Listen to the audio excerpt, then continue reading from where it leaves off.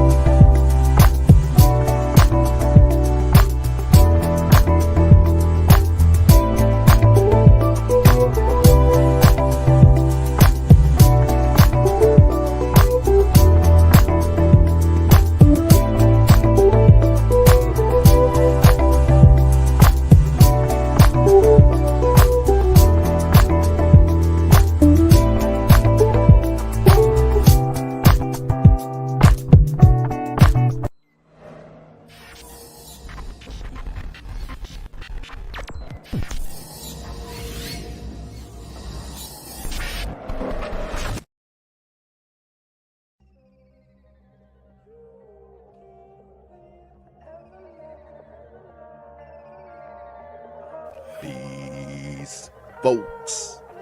This is X from TPOT Media. Open your mind and wake your black ass up. You know what time it is. Hit that damn like button as you make your way in the door. Grab a seat, settle in, get ready. It's the Grown Man Hour with your host, my man, Bernard Riley.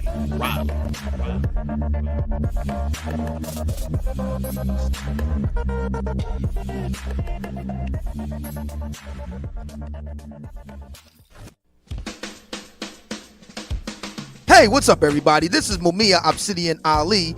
You know who I am. I need no introduction, right? And you're listening to the Grown Man Hour with my man Bernard Riley, heard weekdays right here on YouTube. What do you think about that? How about that? Now let's get back on with the show. Thank you.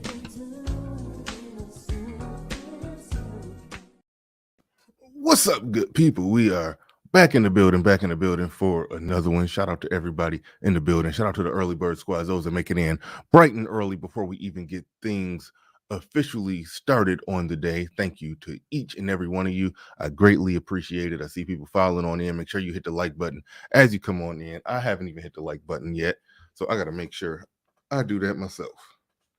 And my tablet ain't charged, so moderators pay close attention to the chat because I can't even keep an eye on it today. All right, but anyway, Rod of God podcast in the building. Shout out to the early bird squads, those that make it in bright and early. Drop a comment or a like before I even get things started. Do appreciate each and every one of you. So shout out to Rod of God podcast in the building. Says A with the first comment. Xander with the Z says second. The Mac the Trucker. I don't approve that message. I disagree with that. I think a lot of people are bending over backwards to try to pin an L on Fresh and Fit, but the Jesse Lee Peterson clip is too funny. So if you request it, then I guess I gotta. Beta. All right, I had to do it. It was requested. But the Mac the Trucker in the building says Brittany and Myron definitely. I'm sorry. Says Brittany won. Myron definitely looked like a beta male. Play the clip, Bernard. All right, I played the clip. But I'm more in line with the RX Dash show. Basically, Brittany didn't say anything, just BS mainly. Yes, I mean it's blowing me away, like the all over the place, kind of shooting some, kind of throwing some jabs, and some insults. That's enough for people to be like, oh, she won a debate, she outwitted them, she this, she that. I mean, she's just all over the place, just rambling, just going off, shitted on a platform, said she didn't find it interesting or this. I mean, like people really took that and was like, oh wow, it's like it's like they wanted to throw a Black Girl Magic parade so bad. Like, it's like, come on, like, cut it out. Man, what's up with dudes in red pill space just so eager to throw a damn Black Girl Magic parade? It's just getting weird. It's getting weirder and weirder. Shout out to Iceberg S in the building. Shout out to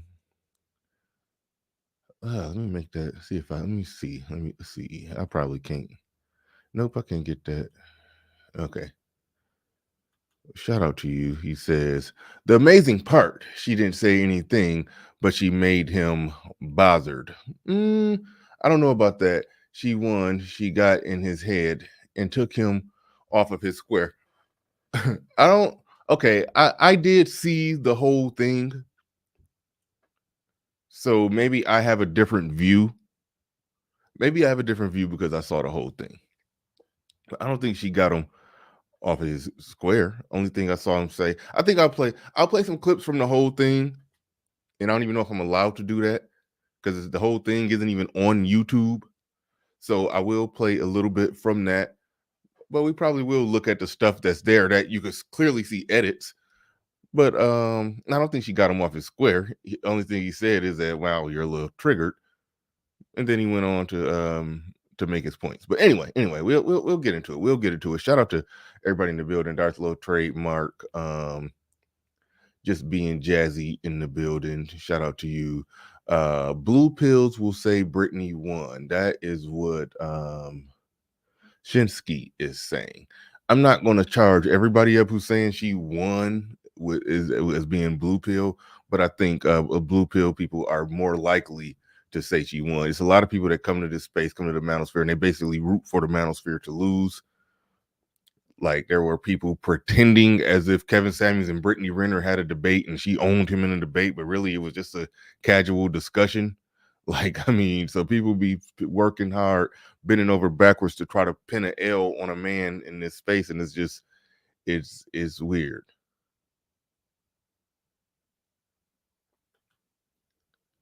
Okay, we're gonna play that. I don't think she didn't call him a bitch ass nigga. She said, how does it make you feel to say that a woman is not important, or a woman is not what did he say? What was the word? Unique or something like that. And then she said, how does that make you feel? Because if I called you a bitch ass nigga, that would make me feel something. So how does that make you feel when you say that to a woman, that she's not important? Like, I don't know. Yeah. Y'all be killing me. But shout out to the Prophet of Thought series in the building.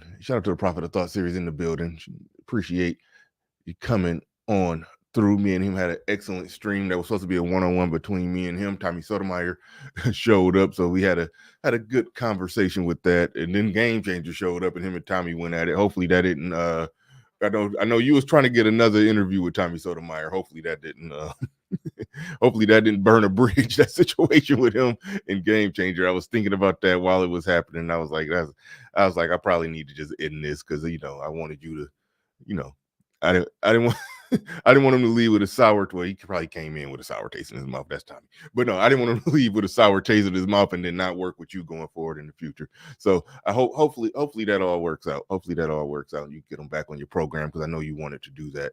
But shout out to you. Shout out to Brother Xavier from TPOT Media. Only from TPOT Media. Open your mind.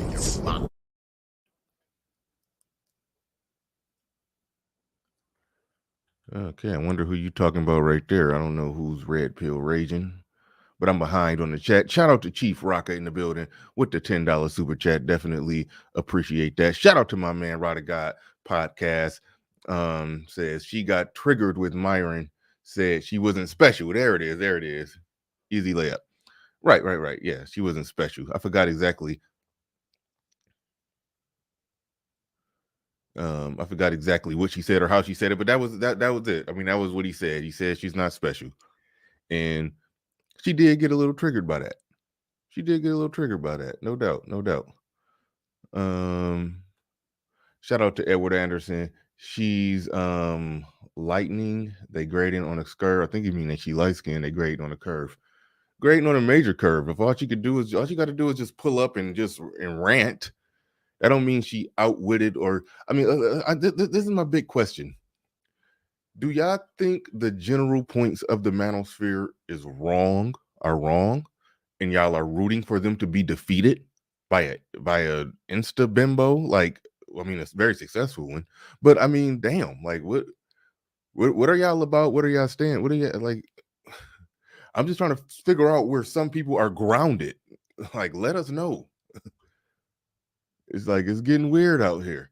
But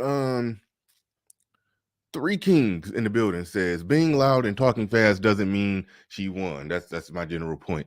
He chose not to engage when she wanted to have petty arguments. It's called holding frame. Yeah. I agree with that. I absolutely 100% agree with that.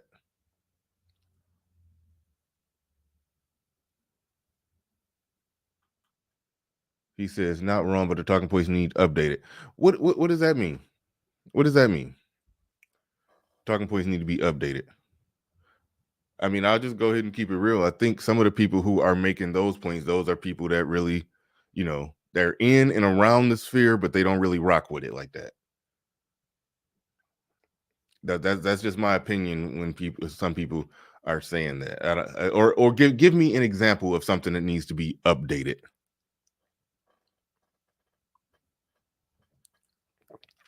Give me an example of something that needs to be updated. Oh, you trolling? Okay, good. I'm glad to hear that. I'm legit glad to hear that.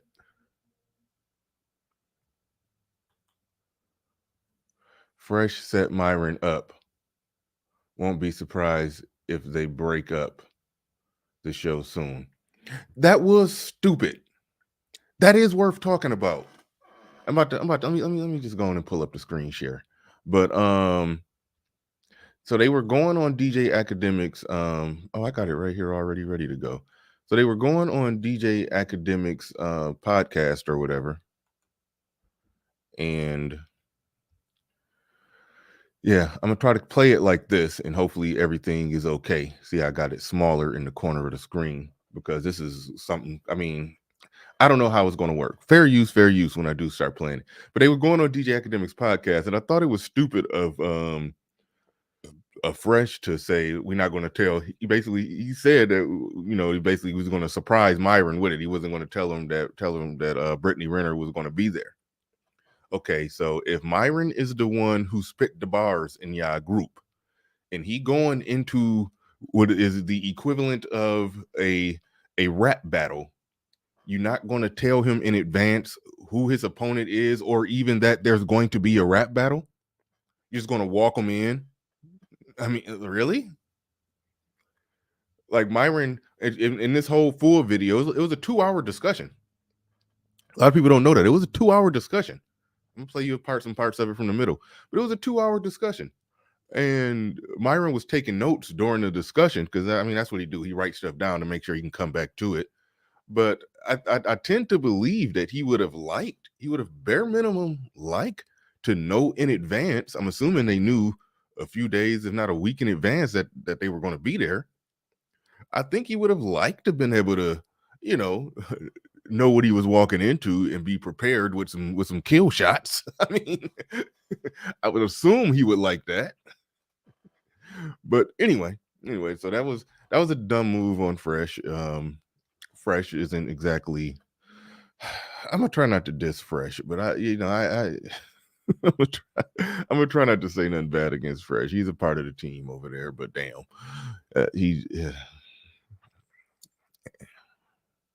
all right. Regardless of who won or lost, do you think the conversation was productive? Yes, the whole 2 hours of it was actually very productive. Very productive. And here they go. They got smacked.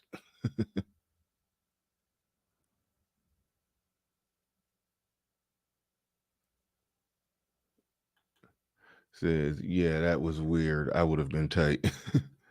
Yeah. Fair use, fair use.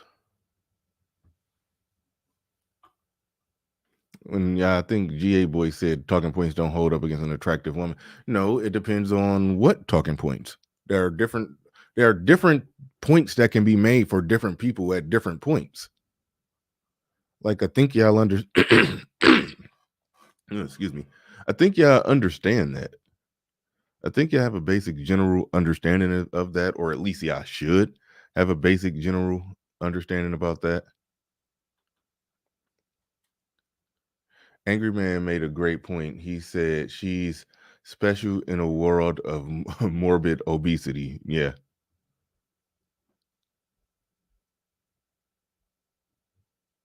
Yeah.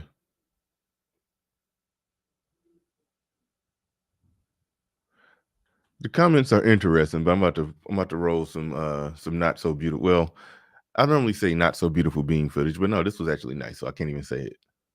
But Soul Provider says debating a hoe with power, even if you won the online debate, what does that matter?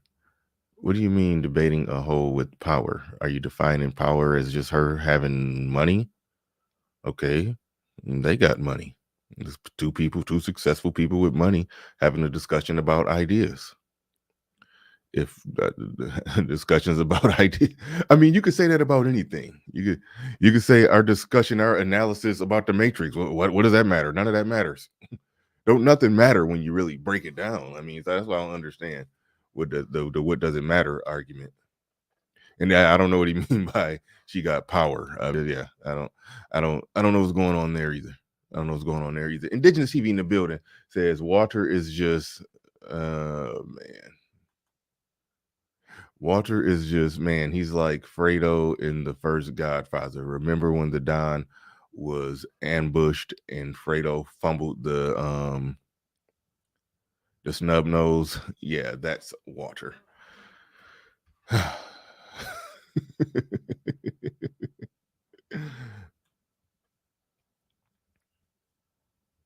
All right. All right, but this is a clip, a piece, a part of the whole 2-hour discussion that they had. About to play some of this. It is a lot of rambling in this. It is a lot of long-winded ramblings of yeah. It was hard to listen to. I've listened to the whole thing, but I fell asleep a couple times when I was listening to it. I ain't gonna lie. It's a lot of rambling, but it is some good stuff being said. So I'm gonna play it. Fair use, fair use, fair use. It's the magic. Like, why be in a relationship if it is just so black and white? Like, oh, it's just sex. Oh, it's just I have a roof over my head. I get this lifestyle. That's it. I'm supposed to be happy. So you want a connection? I think all of us long for that. I don't want to generalize all of us and say like, oh, that makes everybody happy. But I think generally most people do long for a connection. And that's been me. And yes, I've kind of probably sought that in some questionable characters, but I think that's where my lens is just a little different, where I feel like you really don't know a person until you know a person. So just because someone plays basketball, why would I assume, oh, he's never going to be faithful to me? Because that's a generalization. And that's not healthy either, because not everyone is like that. So, all right, now a couple things in the midst of all that rambling. One, she says, "I feel like" so many times, and I'm glad that men are we are gradually working the "I feel like." I feel. We are gradually working that out of our vocabulary, so that is pretty cool. I'm glad that we're doing that. But women, they never getting rid of the "I feel." one, this is semi not this part is not that important. I do want to get to what Myron said in response. There's a few things I'm going to be pointing out here, but overall it is it's a ignorant or trying to fake the funk statement to make. Why would I assume that he wouldn't be faithful just because he plays basketball? Like, I think what she's really trying to say, why would I assume he wouldn't be faithful just because he's a multi-millionaire and famous? like yeah, you do know multi-millionaire men who are famous do exercise more options. Like, so that's an area where she does keep it real on so much stuff, but she conveniently plays dumb. I understand your point of view a little bit more now. Question for you: do you regret posting online stuff about men that you said in the past? Because I feel like that paints a picture. See, you can see Myron right there taking notes. He taking notes, writing stuff down, ready for his response to it. Fresh just came with some prepared questions, and he didn't add a whole lot. Try not to be fun. Okay. Picture of you, and then say, you know what? Damn, she might finesse me if I get with her. So I'm gonna play a game with her. I think a lot of things that I posted did not age well. I can't go back about anything I said. I think the biggest thing I can do now is lead by example and kind of, show women if you want certain things, you can't really do certain shit.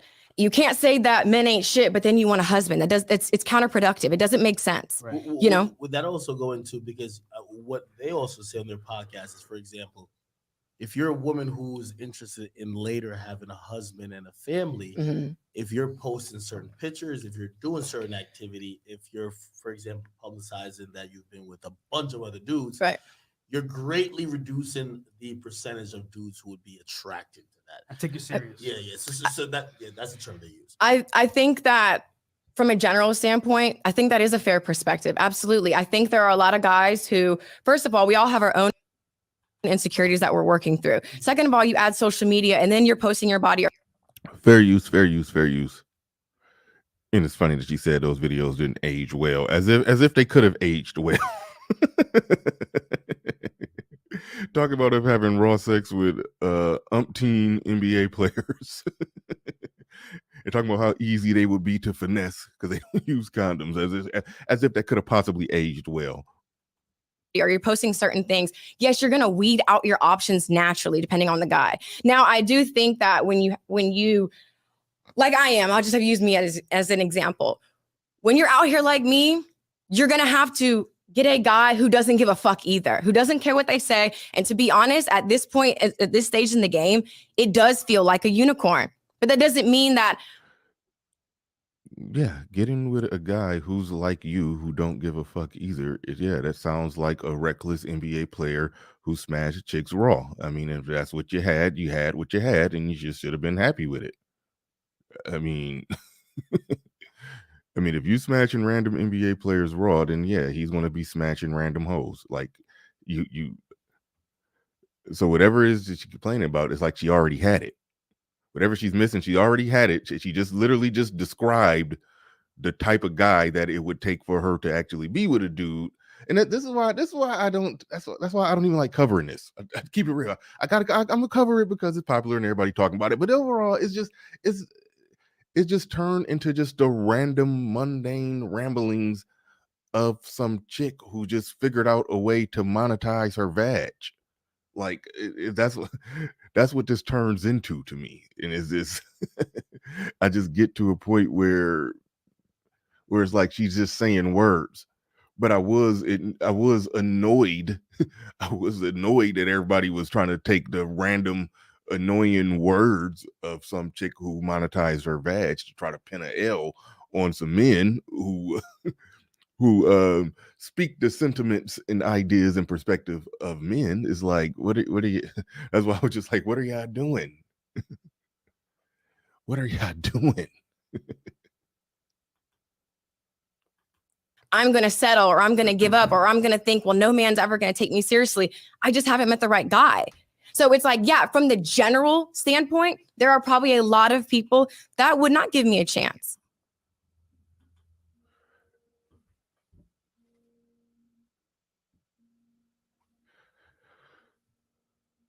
Hold on. Shout out to Pablo in the building, says she's fumbled the bag like most BWs do. I don't think she fumbled the bag. I really don't. Because she figured out how to make some money by herself, but no, she didn't fumble the bag with, if you're talking about PJ Washington. I think she got exactly what she wanted out of it. She talked about how easy they are to finesse. It's like, put it like this. She mentioned on this stream, on this podcast, she mentioned that baby is only 8 months old. like so she didn't fumble the bag. If she got pregnant and got up out of there that fast, and then now she's walking away with a certain percent, with, I don't know, she's able to get 15% of an NBA salary for the next 18 years. No, that's not a fumbled bag. That's a secured bag. She could either be with him and then have to actually be with him and not have her freedom, or she can get a baby and just take 15% of him with her and have her freedom and still get to go be a rebel or whatever she said she was on Kevin Samuels' show. That's not fumbling a bag. That sounds like a mission accomplished. That sounds like mission accomplished to me.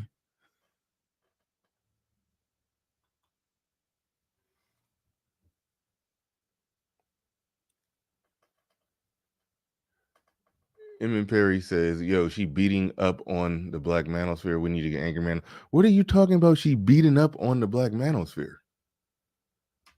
What do y'all be talking about? Man, yeah, killing me. Yeah, killing me. Shout out to Code Still. He says, we can't legitimately paint her as a predator. I don't use that word predator in that interfactory for her. We can't legitimately paint her as a predator just for taking advantage of a pro athlete's stupidity. I mean, I don't use the word predator, but I mean, we can, if you say somebody took advantage of somebody else's stupidity, I mean, that right there is a damning statement to some degree, as is. If I took advantage of a woman's stupidity, yes, you could charge me up with taking advantage of a woman's stupidity. Now, rather you'd say that I preyed on this stupid woman. That could very well be true, but the term predator implies so much, because everybody out in the open dating market is trying to gain what they can gain and get what they can get. And sometimes there's mutually beneficial arrangements, and sometimes it's not so mutually beneficial. Sometimes people come up and somebody else gets pushed down, and so it goes back and forth. But we can accurately say that, okay, even though one could argue that obviously it's a possibility that two people could get together, the man could have money, the relationship could fall apart. We understand how the system worked. The woman is more than likely, when they weren't married, the woman automatically has custody. So yeah, she's going to get the bag off the child support. We can say that just legitimately happened. No foul play or ill intentions, but just giving the proximity, given the fact that, she made it clear she was for the streets. She got with him. She got out the streets. She got the baby. The baby wasn't even lifting his head on his own yet, and she already was back out in the streets. And so it's like, it just clearly looked like she had a game plan. And then, not to mention that she made a lot of videos who she said aged. They aged. Those videos aged poorly, where she was basically talking about the game plan. She talked about the game plan in advance. I believe she wrote a book about the game plan. Then we saw her go and execute the game plan. And then she comes back here talking about some, well, why am I being depicted in this way? It's like, damn. That's why I said a lot of this is not even worth analyzing. It's just open shut case, slam dunks. She'll get a man easy, just not the one she wants. Yeah.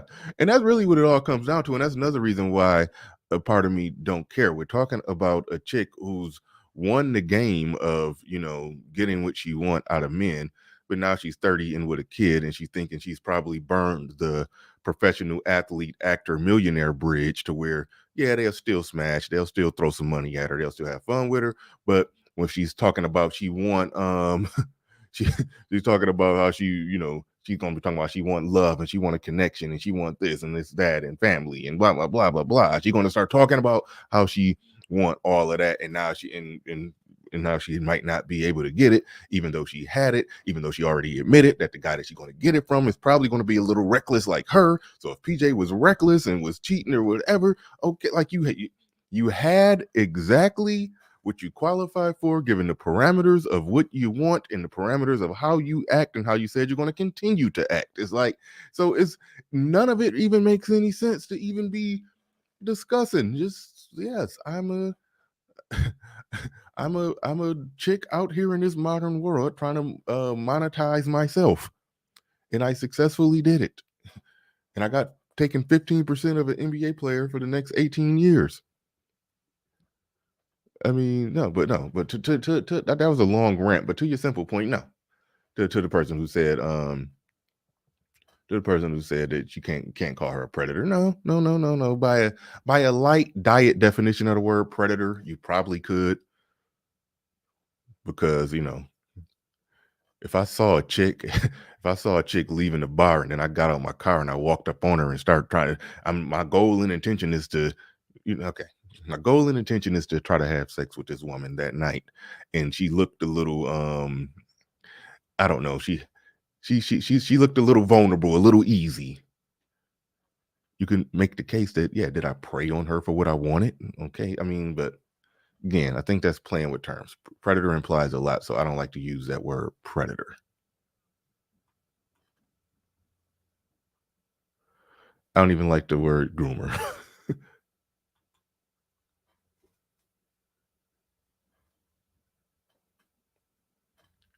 Myron lost by virtue of having not smoked her and it haven't not gone viral in a positive way on the side of Fresh and Fit. Well, my question to that is, have you seen the full 2-hour discussion? It was all right. I'm about to just play it. I'm about to just play it a little bit. I'm playing the whole thing. We're only playing a small amount of this because I don't even know if this is in bounds. I've been saying fair use, but they haven't put this out on YouTube. I think under the guidelines, I can play this as long as I'm using it in some type of transformative way or whatever, which I am transforming it with my commentary. I think my commentary is taking up more than 85% of the discussion here. So I think it falls under fair use, but they have not took this clip and put it on YouTube, and I'm using it on YouTube. So I don't know if that's out of bounds. I really don't. And I'll find out the hard way, but I don't think it's out of bounds. But that's okay. That's one less heart to break, like whatever. All right, so I'll say this real quick, because you mentioned like mainstream media tries to paint you in a certain light, being a gold digger or whatever. If you watched our show, then you would know that we actually tell girls all the time, get the best guy that you can get. Here's the reality. We understand women like you. We know how women like you operate. It is what it is. We actually tell guys all the time, yo, girls are going to want the biggest, brightest, and best deal that they can get when it comes to men. Hypergamy is a real thing. Women date up. And we accept that and we acknowledge that. Here's the reality. Point, though. That wasn't my point. No, but here's let me bring it full circle. The point is this. She's saying mainstream media is trying to paint you as a gold digger or whatever. The reason why they do that is because most guys think men and women are the same. They think they're equal. They think, oh my God, this is a travesty. This woman wants to date a guy just because he has money and he has affluence and he's popular. No shit, Sherlock. But we live in a world now where we tell men and women, you're the same and you can do everything, and women are supposed to like you for you. But we acknowledge these uncomfortable truths that women love opportunistically, men tend to love idealistically. Girls want a guy that is better than them. It's been that way since the beginning of time. But in the West, in general, United States, where feminism is strong and women tend to be looked at as equals, any woman that reverts to kind of what you're doing, which is like, hey, I want a guy that has his shit together, which there's nothing wrong with that. We actually applaud women that exercise that ability and use their looks to get the best man, because that is your ultimate weapon. It's not your education. It's not your career. It's not how much money you make. So we actually agree with women like you, and we actually understand where it's coming from. The reason why mainstream media can't accept it is because they think men and women are equal. They think they're the same. So they look at it like, oh my God, it's crazy. She just wants to date a guy because he's popular, he makes money. We accept that, and we know that over here on our side of the internet. It's just that mainstream media is not going to like it because they're not used to a girl leveraging her beauty to get the best guy that she can get. We know that on our side. Now, when he's saying we know that on our side of the internet, he's essentially talking about the manosphere. Everything he said right there was right. Everything he said made sense. It is my position that the manosphere talking points that some people think need to be updated, the manosphere talking points are correct. There's odds and ends and nuance in here and there. You could probably nitpick at this thing or nitpick at that thing, but generally speaking, the manosphere talking points is right. Myron is absolutely right. He's talking about that from the perspective, and I think probably the part that y'all probably heard when you watch the part that they put on YouTube is when he's talking about, women are out there in the dating game trying to get what they want. There's methods that they use to get what they want. Women typically have more game than men because men are thirstier in pursuing women, so women could figure out how to get what they want to get up out of this guy. Just like we watched the video yesterday where one woman clearly got a whole lot of special treatment up out of a guy. Women know how to get what they want to get up out of a guy. All we're talking about here, all they're talking about specifically on their show, is how things that men can do to get the most out of women, to get what they want out of women. That's a very, very, very simple point.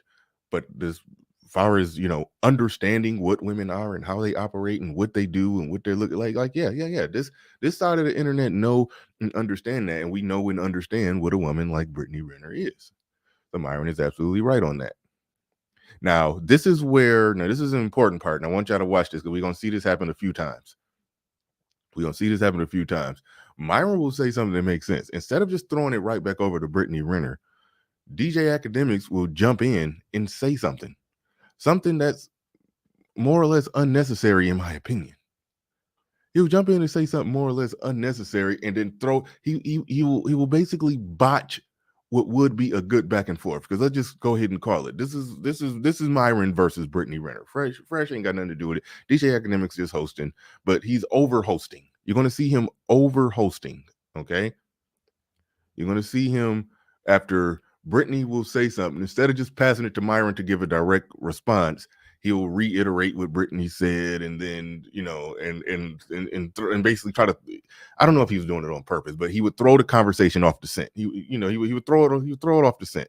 Or when Myron would say something, then DJ Academics would jump in like you're about to see him do right now and throw it off the scent. I did want to hear her direct response to what he said right there.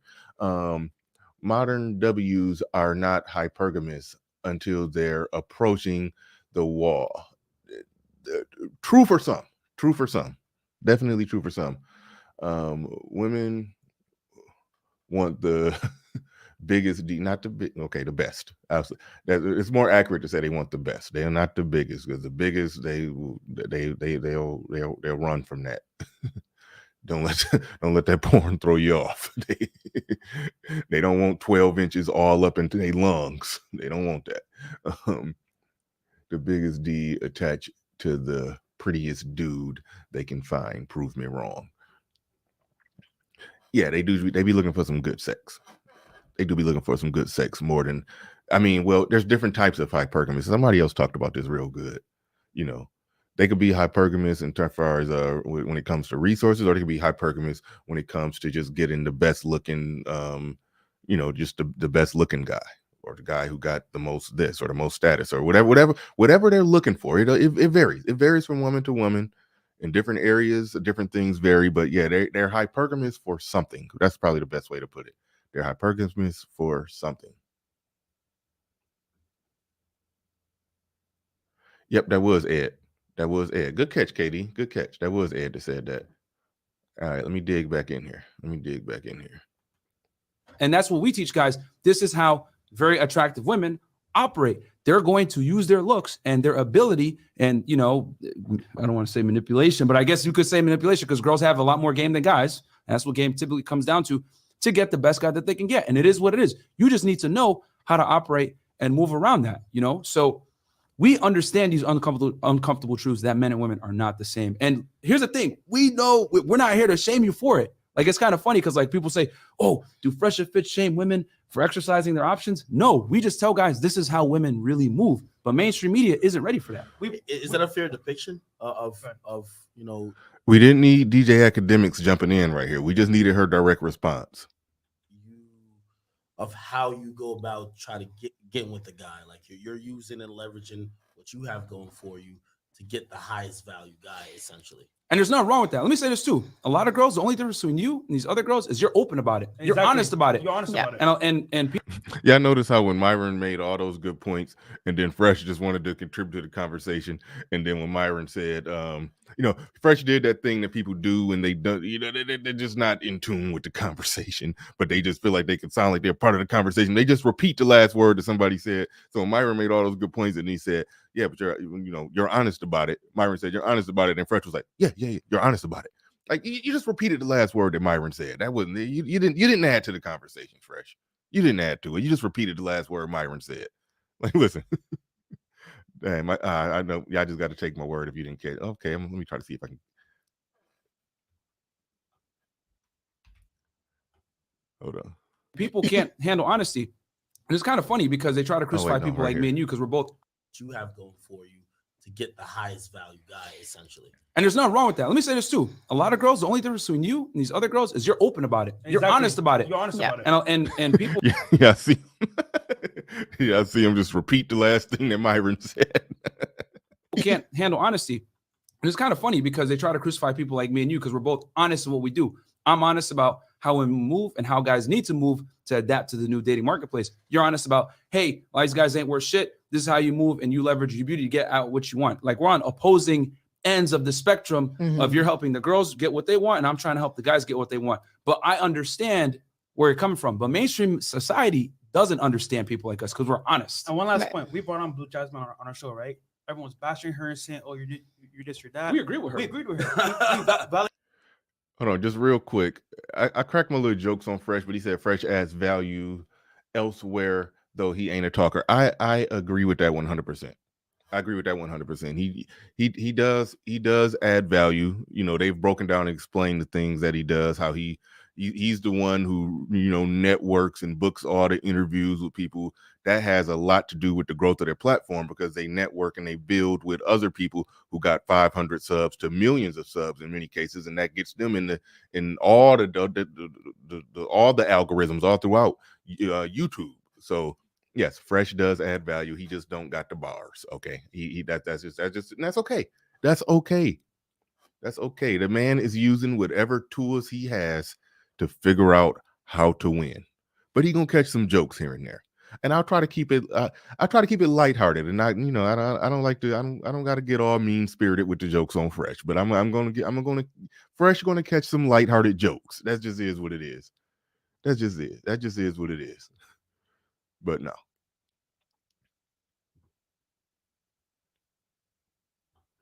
I saw a super chat, if I'm not mistaken. Yeah, my man Indigenous TV in the building says, shout out to Roddy God Podcast, aka Alan Payne. Very accurate. He does look like Alan Payne with that civil rights activist suit. That civil rights activist suit on and those Malcolm X glasses. Yeah, man. He look. He light skinned it. I don't ease up off of him. The light skin. You know how they get down. I'm just playing Roddy God. Someone up doing the building. He says Fresh adds value as he is relatable to many. I don't think he's that relatable. I really don't. I don't know. I put it like this. I was listening to something. Actually, I think Obsidian played the clip. It was some guy who I never heard of. Has a big following. He was reacting to some Fresh and Fit videos or the Fresh and him and somebody else were talking about Fresh and Fit, and he was like, "It is a travesty to I don't know how he worded it. To the world is coming to the end if this guy is viewed as some alpha male." But I don't think nobody really views him like that. Most people view him as just a regular, sort of square guy who figured out how to make it in this world. And yeah, he did some fake it till he make it, but now he made it and he here. Started from the bottom, now he here. And you can't say nothing to him. The man's a millionaire now. It is what it is. Like that part you can't argue with. But I'm not about to relitigate. I'm not about to relitigate the things that he did, the errors that he made. Actually, earlier in this video, he tried to re-justify that the sugar baby situation where he said, and she really likes me for me. he tried to reposition that in some kind of way. If you ever watched the full video of this, y'all will see it. I don't think it happened yet, but so I mean, yeah, Fresh has made a lot of fumbles, a lot of errors. And Myron is the one with the bars. When Fresh talk, he tends to say stuff that don't exactly make sense, but he's a valuable member of the team over there. But yeah, he ain't got the bars. But Three Kings in the building says Fresh is good cop, Myron is bad cop. It works. Nah, I don't see them as, I don't see good cop, bad cop energy over there between the two of them. I don't see that. Juan Thymes in the building, he says, I sent 2 super chats yesterday, and I think you mean I didn't acknowledge them. If I didn't acknowledge your super chats, brother, I apologize. Sometimes I miss super chats. It's not on purpose. My goal is to acknowledge every single super chat, no matter what. But sometimes when I got multiple screens up, I'm clicking on this, clicking on that, looking at this, or just focused in the conversation, I may miss it. I do apologize. I try to catch all of them. So thank you very much for those super chats. Her points is, yo, we got you. We understand. So she was tripping on certain points, though. I ain't gonna lie to you. I don't know if she told you. Did she tell you about the point that if she breaks up with the guy, she expects her ex-boyfriend to pay her bills? Well, we understand the mentality, but we're not saying, bro. When she said that shit, I was like, bro, 80 to 90% of girls think that way. They just will never admit it. So we give her props. You really? know what? Got you. A lot of girls feel that way, and that's why I say that, because we live in a world now where men are, assumed to be like equal to women, and vice versa. So girls can't really exercise, hey, I want to just be able to depend on a guy, even though deep down that's what they want. Is that a modern way of thinking for most women, or is it like just always kind of been like that? Feminism, bro. Because what feminism has done is it's come in and it's told women you need to chase a career, chase a bag, make money.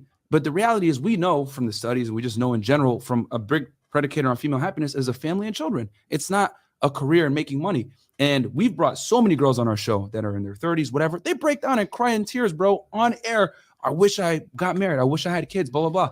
Because they have this money, they have the success. But women don't derive the same pleasure from success like men do, because men were built for this. Like, if you don't produce as a man, you're based on what you create. Like, men are based on what they create from like outside in the world. Women are based on what they create inside their bodies, bringing children to life. Like, that's what women do, and that's what men do since the beginning of time. But we live in this crazy world now where we try to say men and women are the same.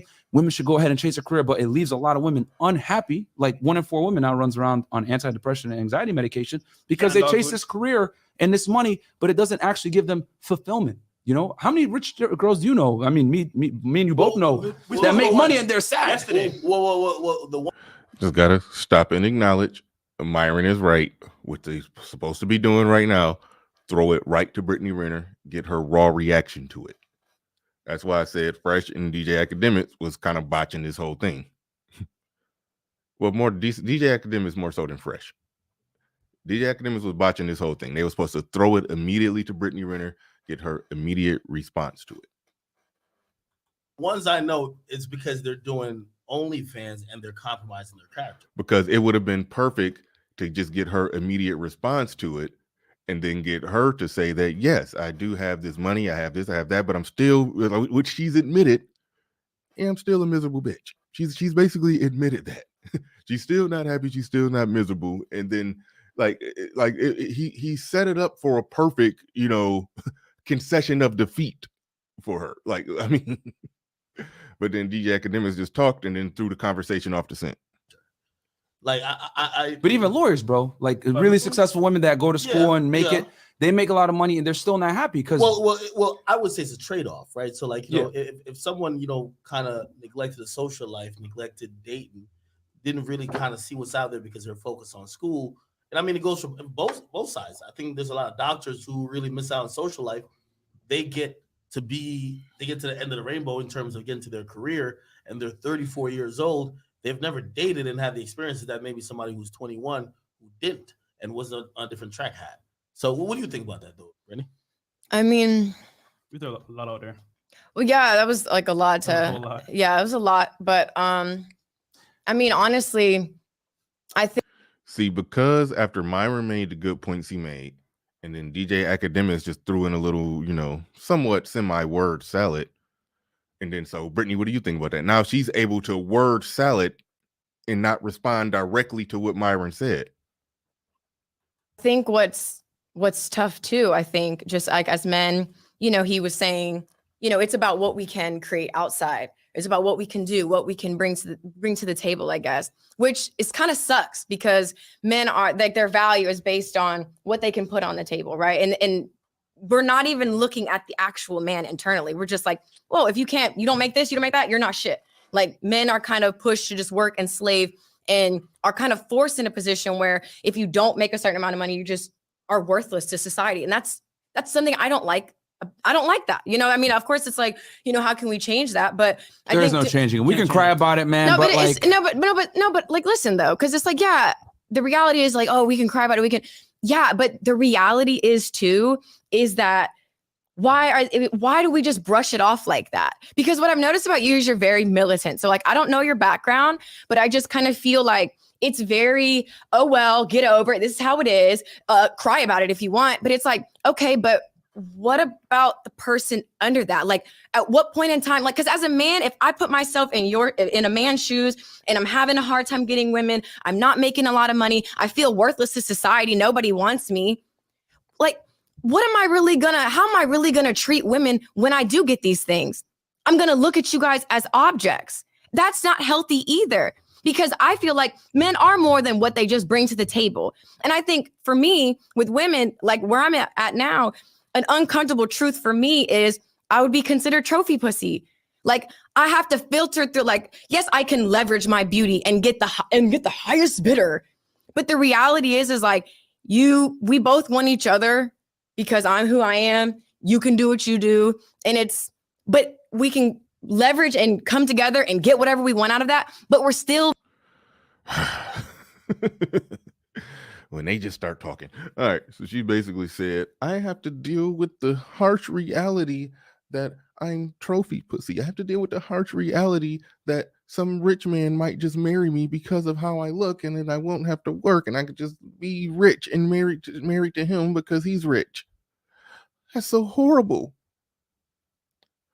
But she launched a career that was predicated on her using her looks to basically to position herself. It's like it just shows that it's just an all over the place clusterfuck, a jumbling of ideas. They do this, they get what they want out of a situation. They're not happy. If they get in that situation, they won't be happy. They're not in that situation. They're doing what they want to do, how they want to do it, when they want to do it, and they're still not happy. It's like really it's no making them happy. That's why male media, whether it's black male media or white manosphere, whatever you want to call it, men need to be stepping up and speaking on these issues, because for years, jumbled up random collections of ideas, what did Kevin Samuels be calling it, just a stream of consciousness, that's what was owning the day. That was the non-versation, just these streams of consciousness and no actual substance to what's being said. Missing the point here, which is the magic, like the romance, the love, the connection. Like at what point we can spit out statistics all day. We can talk about this is what men are to society, this is what women are to society. We're supposed to bear children. You guys are supposed to bring the bread in. But it's like, okay, that's great. What about the other shit though? Are you guys in relationships? So Brittany, no, are you guys in a relationship? Brittany, I'm asking. Hold on, just real quick. No, are you in a relationship? Many. You got to break up a very good point there, right? You said. Good job not answering her question. That was some derailment. It's not fair or it's not cool. Greatly have criticized. He actually contributed something well to the conversation right there. I do got to acknowledge that. It does not happen every day. It snows in hell from time to time. Fresh added something valuable to the conversation. Good job, Fresh. You get full props. Listen, Fresh, I'm going to drop a bomb for Fresh. I've never done this. This is the first time ever.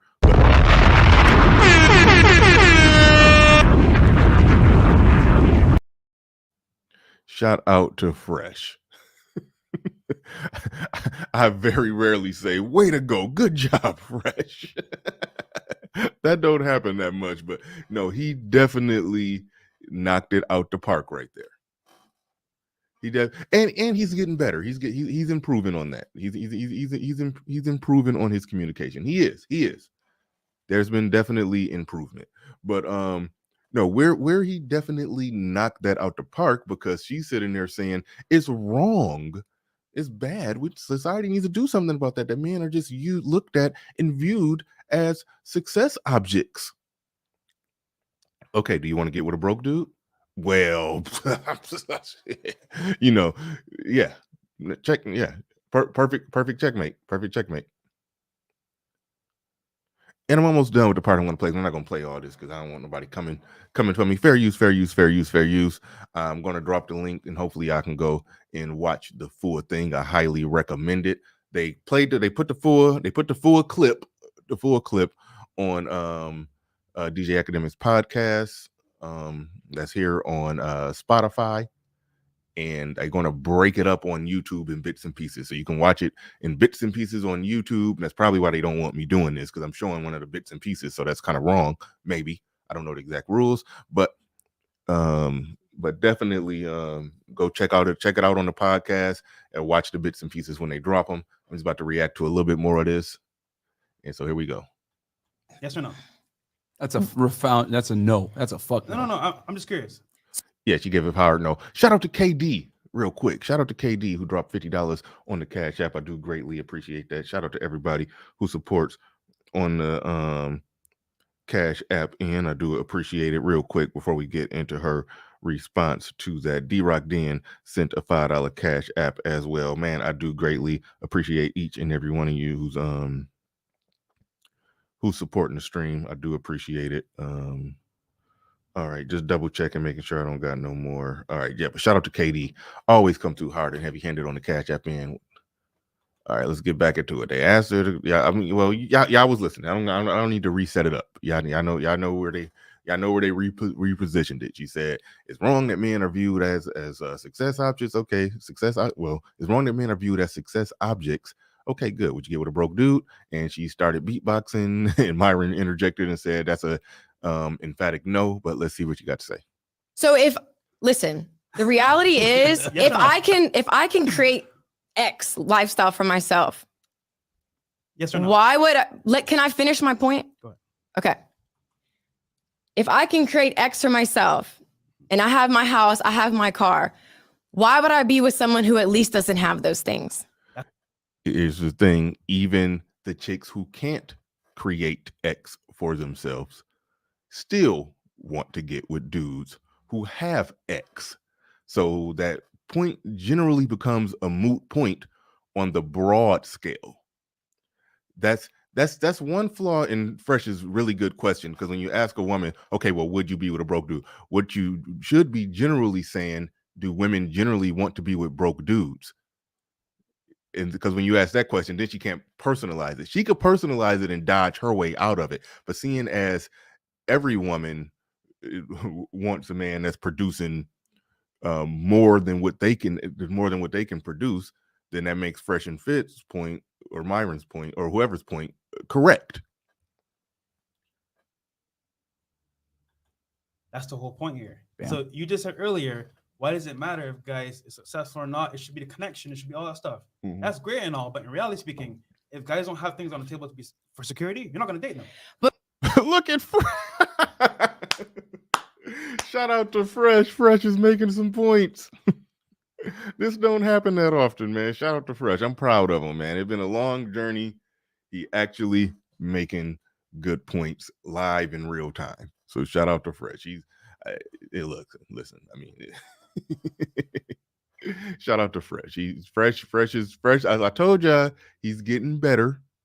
He's getting better. All right. He's getting better. And so good job. Good job. He had a lot of embarrassing moments that's real hard for him to live down, but he's working at it. He's trying to improve daily. And that's all you can ask of a man. Just try to improve daily. Try to be better today than what you were yesterday. That's all you can do. All you can ask.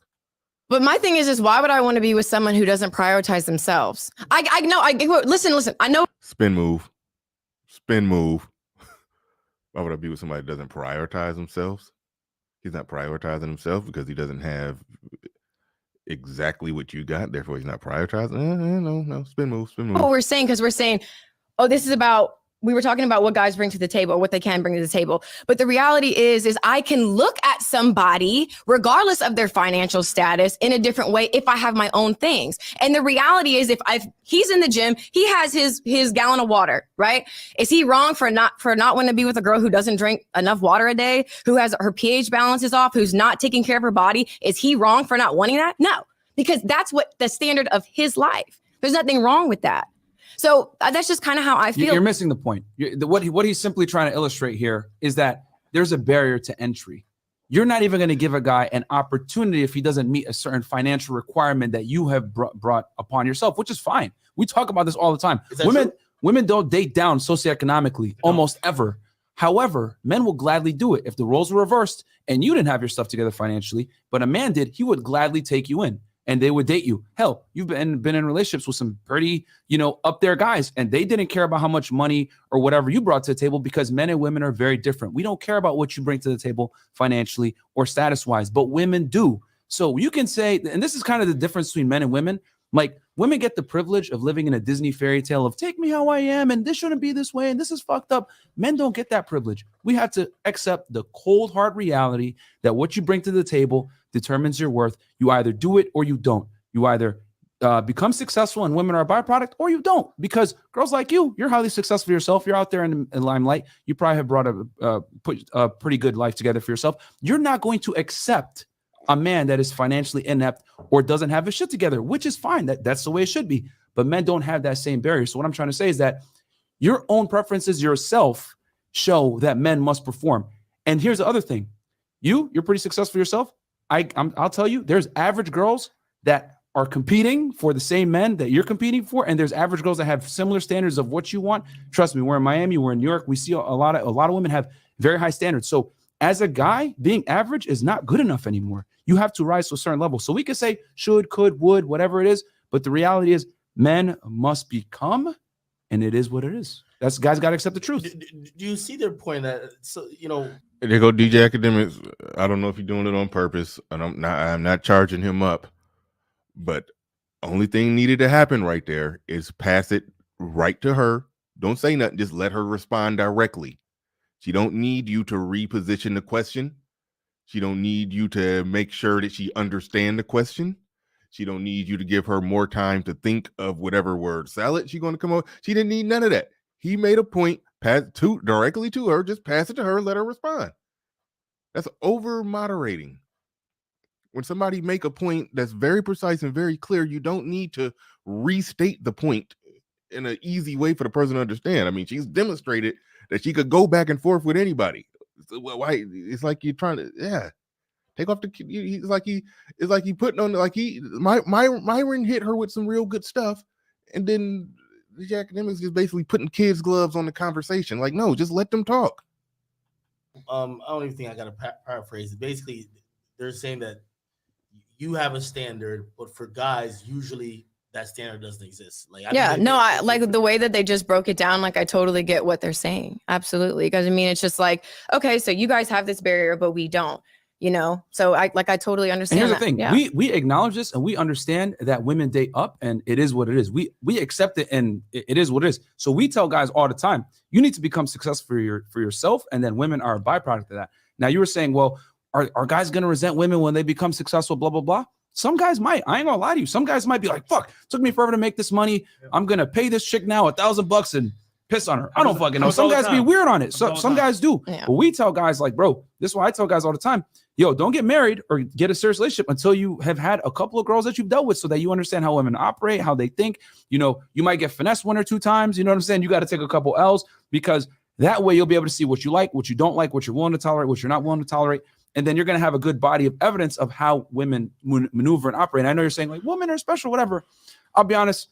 You guys are pretty similar when it comes to dealing with girls and how they move and everything else like that. Women are very emotional creatures, and guys need to be able to see the different patterns and habits that women have. And this isn't to knock you or knock all the ladies in the studio, but women on a balance of averages operate a certain way, especially when they deal with men. So, and you asked a very important question just now. You asked us, hey, are fashion fit in relationships, right? So get this.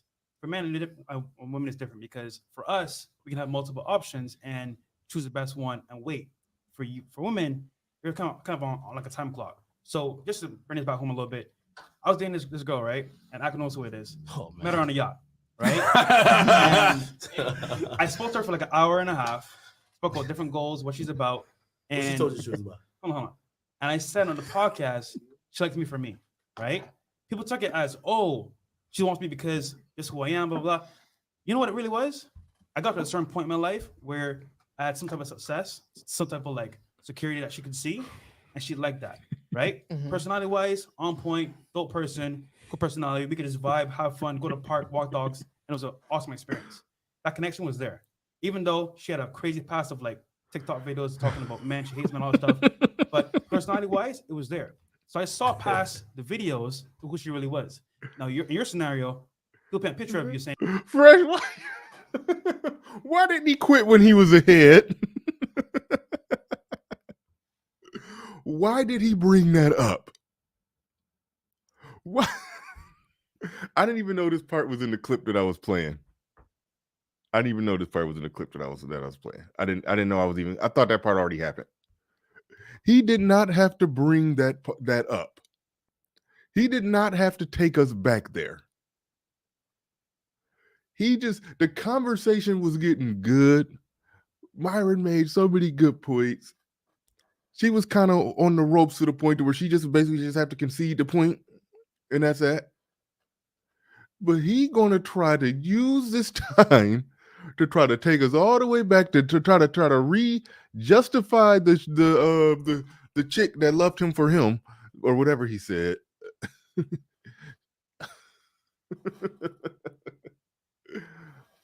Why, Fresh, man? I just talked about how he's improving. He's improving. He's doing a lot better. He's becoming a much better communicator. He still has a long way to go, but that's fine. That's okay. He's getting better and better. He did not have to try to take it back there. He could, right, Coach, Fresh is still trying to sell that. Give it up, bro. Take the L.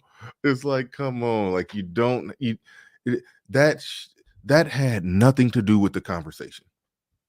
What he just brought up, that information he just volunteered had nothing to do with the conversation. Nothing. He just said, I'm going to take this opportunity now to re-talk about that situation and try to right that ship. No, that ship is wrong. Just let it stay wrong. Just do better going forward.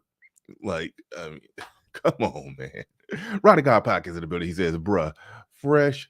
I can't even see what that is. Let me make that bigger. Fresh shoehorned in the white sinking arrangements chick into the conversation. Bruh refuses to hold the L. He was refusing. Utter refusal to hold that L. Utter refusal to hold the L. Fresh is a hat rack and chain holder.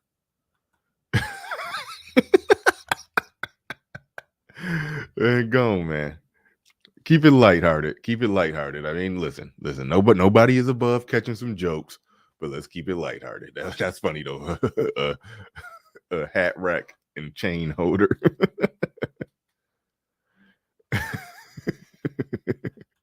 Nobody is above catching some jokes. Okay, let's just keep it lighthearted. Keep it lighthearted. We don't do the whole hating on Fresh and Fit thing over here. They speaking up for men. They doing a good job. There's some things that it's some things that have surfaced in their personal that look bad, and they need to, time can heal all wounds, but you can't just keep bringing it back up. You can't keep peeling off the scab of your own wound. That's what he did right there. Nobody needed to hear about that, Fresh. That was out of sight, out of mind. It was out of sight, out of mind. We didn't need to hear about it. It had nothing to do with nothing. He said, you should check out the interview they did. Oh, I did see part of that. That was good. That was actually better than this. Because that was some of the best job I've heard anybody do at challenging red pill talking points. And some of the stuff they said was solid, but some of it seemed kind of naive and blue pill. But it was coming from a genuine place. Those dudes didn't exactly have their cape on. Well, some of them maybe. I didn't listen to the whole thing, so don't quote me on this. They didn't exactly have their cape on, and they weren't exactly anti-Fresh and Fit.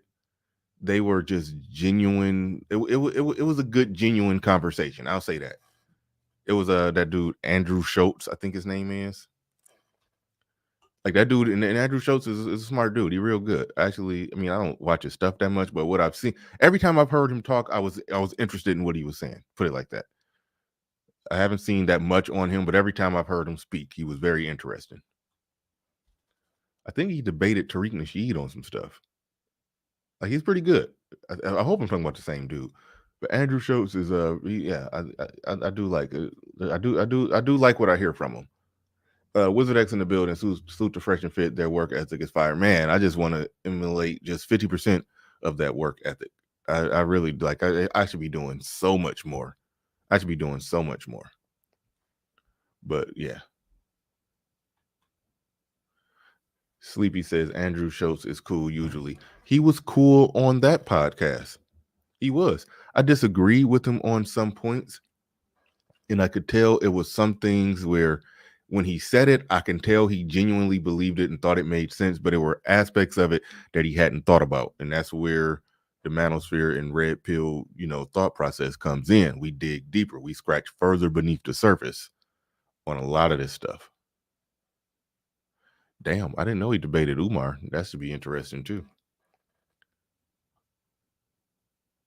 And of course, he's also a clown. But anyway, all right. I'm an hour and 11 minutes in. I'm not going to play too much more of this because I'm well beyond what I think is fair because they haven't put this on YouTube yet. So, and I might make this members only. Shout out to people who've been joining the members only section.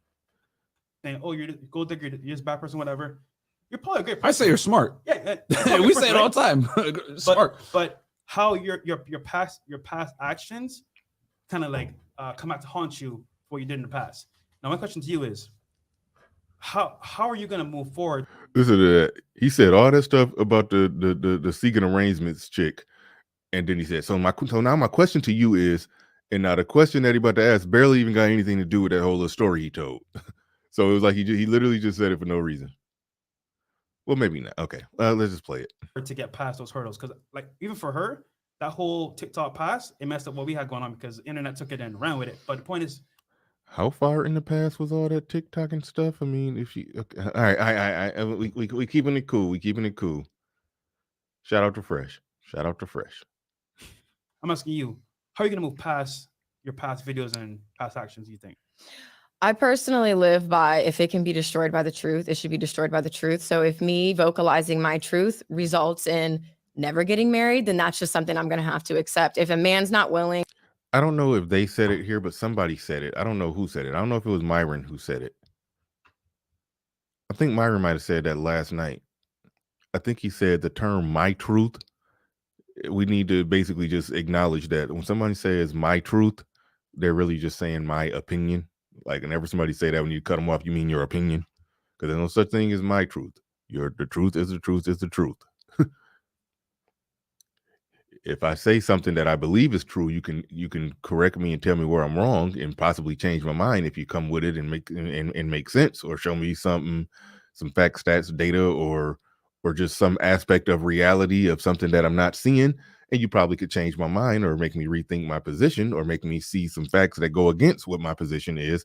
And then I will change my mind and evolve how I view it and look at it. And we'll have a different, and we'll now speak the truth.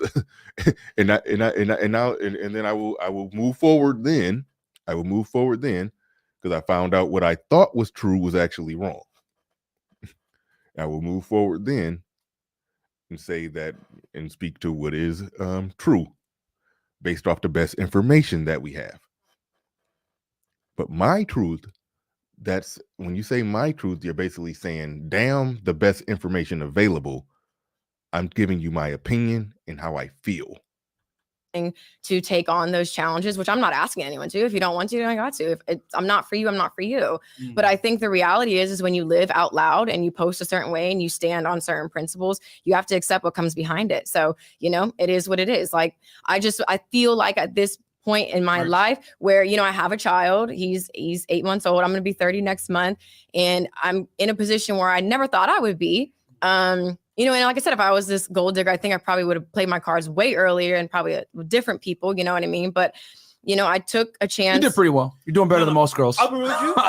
Wait, hold on. She smuggled in I some think bull. the reality is when you live out loud and you post a certain way and you stand on certain principles, you have to accept what comes behind it. So, it is what it is. Like, I feel like at this point in my life where, I have a child, he's 8 months old. I'm going to be 30 next month. And I'm in a position where I never thought I would be. And like I said, if I was this gold digger, I think I probably would have played my cards way earlier and probably with different people, you know what I mean? But, I took a chance. What does she mean by played her cards way earlier? How does she define playing her cards? I don't know what she means. I don't know what she means by that. Either way it goes, she was aggressively trying to figure out a way to come up and get the bag and get money. And she did get some money on her own. She wrote a book and blah, blah, blah, the whole thing. We get that. But when she's talking about she would have played her card, I mean, that is a played card. Get with an NBA dude, which is hard to get an NBA dude to commit to you like that. She got an NBA dude to commit with her. She got pregnant and she just said that the baby was 8 months old, which means that she went high stepping up out of there shortly after she got the baby. She got the baby, stayed with him for the pregnancy. Once the baby was born and not even able to lift his head up yet, she was already out the door. I think you played your card. You showed your hand. You showed your hand and just still slapped your cards down hard on the table. I mean, you played your card. I know what you're talking about right there. You did pretty well. You're doing better than most girls. I'll be with you. The fact that you posted that video, I don't think you're a gold digger because gold diggers don't reveal their hand like that. Because what video? So remember you talked about you dated this person, that person, you fought this celebrity. Wait, what was it? I think you were in the car, right? Talking about like, yeah, I fought she basically said like NBA players are fucking stupid. Right. But really, I was trying to make a group of people look stupid. And I made myself look even worse. No, but think about it. If you were really smart as a gold digger, why would you post that? Like it messes you up. Well, I think. Well, there's multiple ways to do that, though. I mean, there's multiple angles to that. That's what I was just alluding to. It's not just that, well, if she's really a gold digger, she wouldn't post that. Like, she could. I don't take no joy in say just calling her a gold digger. I don't care if she's a gold digger or not. That's irrelevant to me. Posting a video like that, if being a chick on the gram, got a little Instagram following, and you post a video talking about how many NBA players you had raw sex with, you're clearly trying. She was using her interactions with the NBA players to try to get the bag, to essentially get the bag off them another way with her own image, likeness, and creativity that she could post on her Instagram page and grow a following. And then I don't know if she wrote the book after that, so it was an economic strategy. That's what I'm saying. It was a calculated business move. Just like, getting pregnant by PJ Washington, even though they probably were in probably were in a happy relationship, but still, if you went high stepping out the door shortly after baby is born, after everything that you said, it looks like an economic business move. It looked like a business move. So you can't say she's not a gold digger because she wouldn't have showed her hand like that. Showing her hand like that opened more doors for her. So she could have stayed quiet and tried to get the bag directly off the NBA players, or she could use her experience with the NBA players to try to get the bag in her own way. Either way it go, she's an Instagram chick using her badge to chase a bag. So it's the same thing. Roddy God Podcast in the building says, shout out to Myron for finally getting her on the record about denying PJ time with his son. I didn't even see that part yet. I must have fell asleep on that. She's been moved about attorneys, but we know what it was. See, I didn't even see, and I'm not even going to play that part because I'm about to shut it down right now. I was supposed to have been shut it down, but it got interesting. I'm sitting here watching this for myself right now. I ain't even looking at it for you. But I'm about to shut it down real quick because I didn't play too much of this. I think this is where the innate conversation goes, right? And even though like I love Brittany, and you say she's smart. Well, if I'm going by you guys' philosophy, I would probably say she's not smart. Because exactly, she would have played her cards and been silent. No, that's the whole point. She has listen. The dudes she's encountered and been around, and the dudes that she has, been with. I would say, the majority of women would want that to be their lot that they have to pick out of, right? Yeah. Instead, what I think she did, she was so transparent, right? She put everybody on to what was happening. That now I think dudes looked at it like, oh, this seems like this. Now we know your body count is going up. Yeah, it repels people. So I wouldn't say that's necessarily smart. But by doing that, she got famous and got the money on her own, and then still found a sucker. So I mean, it's either way it goes. It was a strategy, and she won. Even if she didn't get PJ Washington, she still monetized her interactions with NBA players. No. Well, there's different parameters on it. Yeah, So here's the thing. Like some girls, right? Like there's a lot of girls that look up to you that are like, damn, I wish I could do what she did. I would get with, certain celebrities, whatever it is, get a bag, get interviews off of it, get my name out there, build kind of a brand off of it. That's what we got to find out her motive. So yeah, but this is the thing, right? So there's different routes to success. Some girls is like, I just want the money and I want the fame, whatever. In that regard, a lot of women are going to look at what you've done and be like, that's success. You know what I'm saying? Like you won, right? But then some other girls are going to want a family and a relationship long-term. Like I want to be able to lock down a husband. I ain't gonna lie. You hurt your ability to do that now at that point with your internet celeb, because a lot of guys are going to judge a book by its cover. And we always say it, a woman wants a man with a future. A man wants a woman that does not have a past. So that might hurt you in that regard. So it comes down to, what does the woman want? Do you want the money and the fame that comes with certain types of behaviors, or do you want the quiet family life? So it depends on the girl. But what I was saying is that like her making that content definitely eliminated her from a lot of options that she would have if you just stay silent. So But I don't think I think she made those content, and she could tell me because she's right here. I think she made that content not looking to try to get a bag or anything else. He just said she made content not looking to get a bag. What that makes no sense. She made content, she's looking to do something with the content. She's looking to monetize the content in some way, shape, or form. Like, come on. I mean, I don't know what you're talking about. I don't know what you're talking about. It's fairly simple that the way that she went was a way for her to get money without having to be attached in that quiet life Myron was talking about to a man. And even when she got with the man where she could have been attached in a somewhat quiet life, she got out of there as soon as she got the baby. Like, so I mean, it's clear where she at and what she want. I mean, in the moment. Well, I think No, I can tell you why. Out of probably emotion, but she still. He's saying, I think she did this out of, and then she cut him off. No, I could tell you why, but he's still trying to explain why for, but she's in there cutting him off saying, I could tell you why. Wanted to have a family. No, I can tell you why I did it. Well, I feel like I've lived with shame my whole life, and I felt like doing those videos, even though the delivery might have been off, I felt like it was liberating for me. When I wrote my book, any person who has read my book, it is completely different than what it has been portrayed to be. And now, mind you, did I salaciously market it to get money? Of course I did, because who wants a book that's like really, I was a 25-year-old writing a memoir. like Business. Superhead wrote that, like a similar but it wasn't, it's nothing like that. Cause like I read Superhead's book in high school. So it's like, I know. Long story short, I'm about to shut this down because I've played too much of this, but she basically just made the point that I was just making, that, yeah, she used her interactions with NBA players as a business strategy to make money, thus making Fresh's point about her not being a smart gold digger or whatever. No, that she could have stayed trying to get money off the NBA players she was getting with, but she just figured out another way to rework the business, which was smart. But if she was getting that many NBA players that had sex with her, then yeah, she definitely could have spun that. I mean, she monetized the interactions. That's the true moral of the story. She monetized the interactions.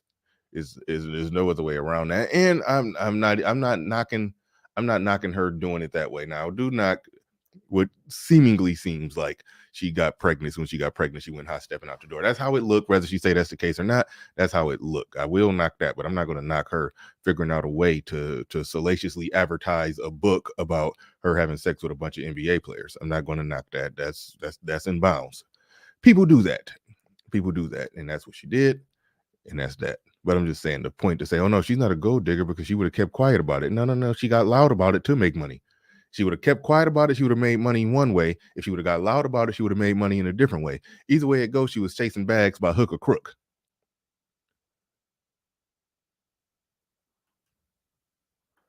The link is in the chat if anybody want to come up and give your thoughts, ideas, or perspective on this. I played way too much of this. I didn't even mean to play this much of this, but fair use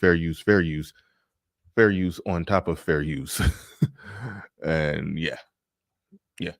But the whole notion and narrative out there that she somehow came in there and smacked him up and all of that, like, nah, that y'all could clearly see that's not what happened.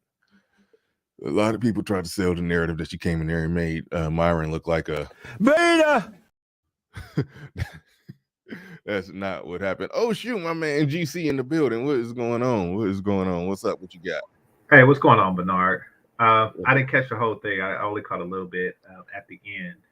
But I covered this also maybe like 30 minutes ago or so. But I covered the short version. I know there's a Spotify. I don't have a Spotify account, but so I know you covered the long version. But from what I've seen, Myron stripped her of her vaginal powers immediately. Basically, the leverage that women have that you want this pussy, he stripped her of her ability to use that leverage on him, and she was just floundering. You know, she was just like a fish out of water. She was like a clipped bird, you know, a deep-fanged tiger, a venomous snake. She was just, she didn't know what to do, and she was just contorting herself trying to figure it out. You know, it was brutal. The part I seen, it was brutal. It was brutal. And that's what happens, fellas. When you take away your desire, when you control your desire to fuck them, they have no power. It was like Gandalf. Like when Gandalf stood and he put the staff and he said, "You have no power here." That's exactly what it was like. I know you're not a nerd, but that's exactly. No. I rock with Lord of the Rings. Okay. I thought you was about to say the "you shall not pass" part, but no. But I do. Let me make sure. Let me nerd out with you. When he says you have no power here, which scene was that? That was the scene where the White Wizard was possessing the king. Oh, the king said to Gandalf, "You have no power here." No, he was possessing the king of Rohan, and Gandalf was taking him out the spell. And you know, he basically said, "You have no." Yeah, so the king did say to Gandalf, but it's like you have no power here. You know, so yeah, it's like that. Right, it wasn't Gandalf that said it. You're right. Yeah. All right. Yeah, but the thing is that she was stripped of her power. That's the thing. She was stripped of her power, and women walk in this power. Women have a certain look and caliber. They walk in this power. It's like air. It's like how strong people just know that they strong. Like those off-shirt dudes, they know that they can just, you know, shake your hand and crush your bones. You know, it's like the MMA people who know that they have an extraordinary ability, and then they get crippled. Her power was gone. It was just awful. It was just awful. She got kryptonited. That's what it is. She got kryptonited. And then Superman walking around like a regular person. Well, let me throw this. It's like a broke Bruce Wayne. It's like what's his name? Tony Stark without the suit. Yeah. It's like Tony Stark without the suit. You know, she's Bruce Banner that can't do shit when he. Wait a minute, GC. Tony Stark without the suit is still no, he's still a rich dude. And he's still a billionaire, playboy, philanthropist, or whatever he said. No, genius. But that's the Thanos. Genius, billionaire, playboy, philanthropist. Yeah, but tell that to Thanos. Like, you know, Right. it don't really matter to Thanos. Like you know, like it's like when the Hulk couldn't turn into the Hulk, so he was just like a lame ass nigga that was in a tin suit. Like that was her. That was her. But see, hold on. Here's an important part that I got to throw at you. A lot of guys didn't interpret it that way. Okay. Now, when he said that you're not special, you could tell she got a little triggered, maybe a lot triggered or a little triggered. You know, however you interpret it. You could tell she got triggered, and she just basically snapped and just start, you know, throwing out some insulted their platform, insulted their setup, insulted their, you know, talking Tweedledee, Tweedledum. She basically just threw on a tantrum.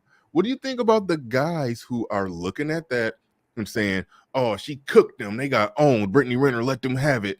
They didn't interpret it the way you interpreted it, where he basically disarmed her, where she couldn't do nothing but just go on a wild rant, just shooting shots, just saying a random stream of consciousness with no actual points. Well, good point. She still have power over those guys. I'm gonna do a video on this. See, those guys are what I call digital beta male orbiters. And believe it or not, computers have increased the power of. Time out. Hold on. What do you mean BR misunderstood? Oh, you mean Brittany Renner? I think you mean Brittany Renner misunderstood when Myron said she wasn't special. I thought he meant Bernard Riley misunderstood when she said when Myron said she wasn't special. I thought he was taking a shot at me. I'm sorry, I didn't mean to interrupt you, but you know, people. Go ahead. No, I lost my train of thought. I got triggered. Somebody telling me I didn't understand something that I clearly understood. But anyway, he was talking about Brittany Renner. All right, we're talking about those dudes, the digital beta male orbiters. You see, computer technology has allowed women to have a larger amount of beta male orbiters. Mm-hmm. And they are capable of using their vaginas to influence a great number of things. Even the outcome of certain interactions that, you know, that it's obvious who won. See, you ever been in a fight, right?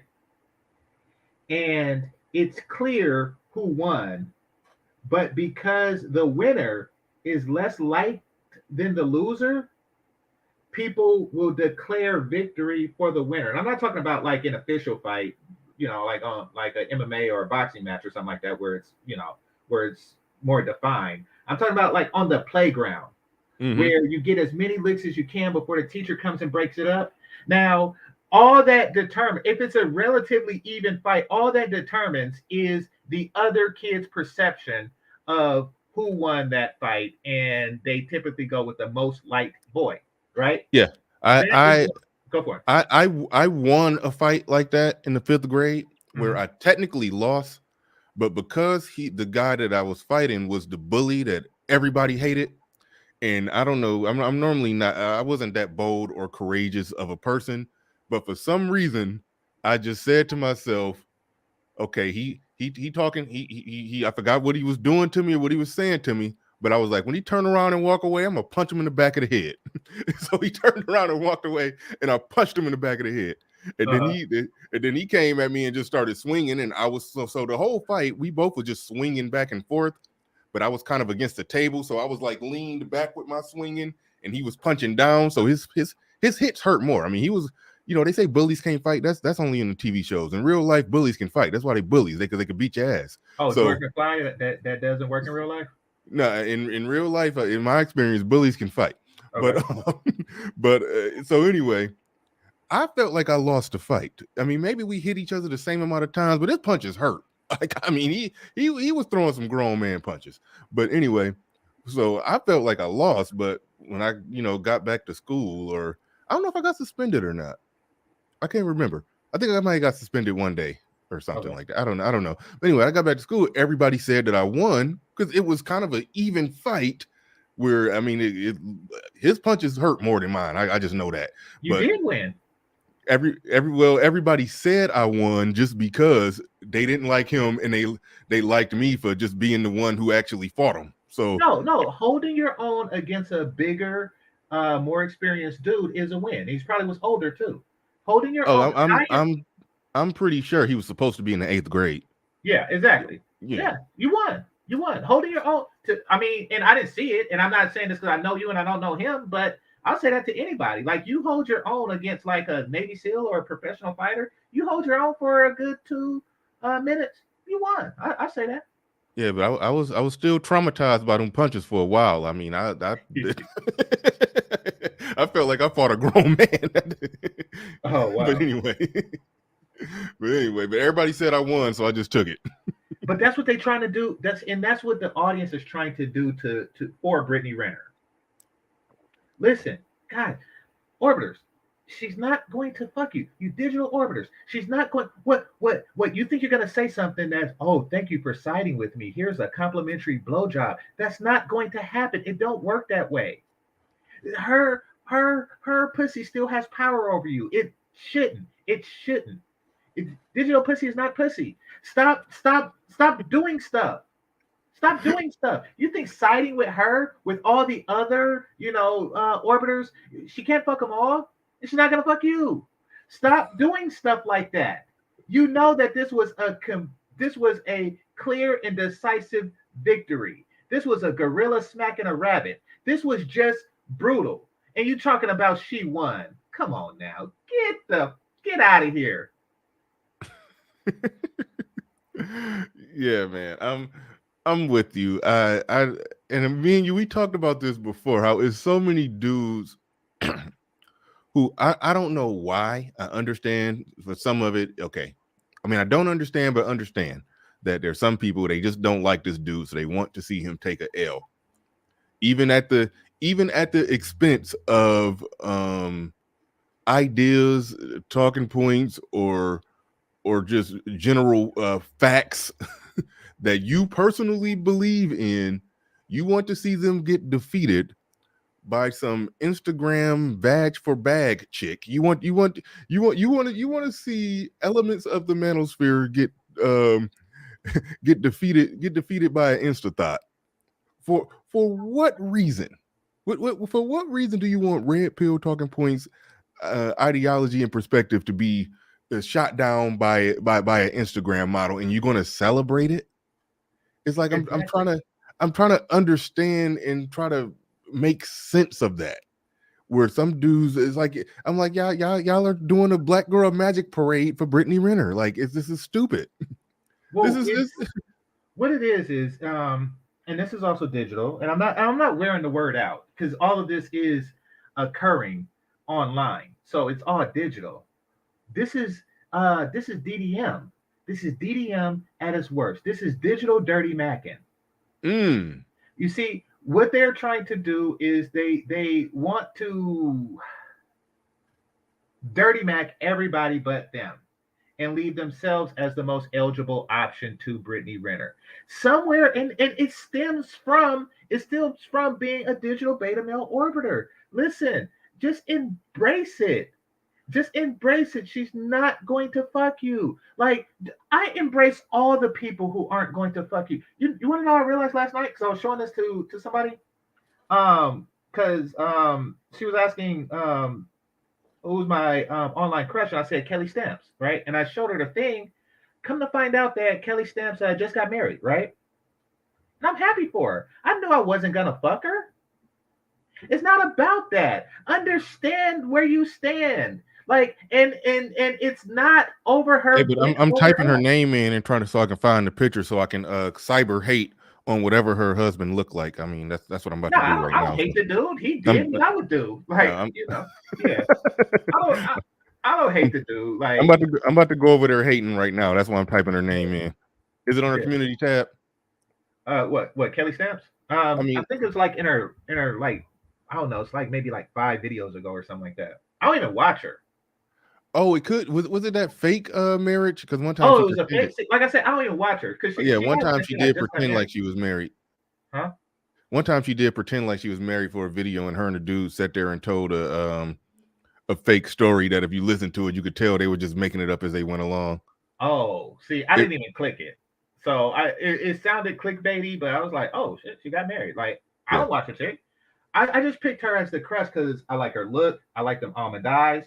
I like her slender build, And I like the way she moved and that she's spontaneous and stuff like that. So Yeah, she kind of built like your Van girl. Is that still your cyber girl? You still no, I had to replace Van Girl because she was getting mighty disrespectful to her father on her show. She was getting mighty disrespectful to her father. And I'm like, man, screw this bitch. I can't say that she represents femininity, the game changer. okay. So after a search, I came up with Kelly Stamps. Okay. All right. Cool. All right. Okay. So no need for me to go try to find images so I can hate on them. But anyway, all right. So we back. You're not gonna get into a fight with them and then see if the crowd judge.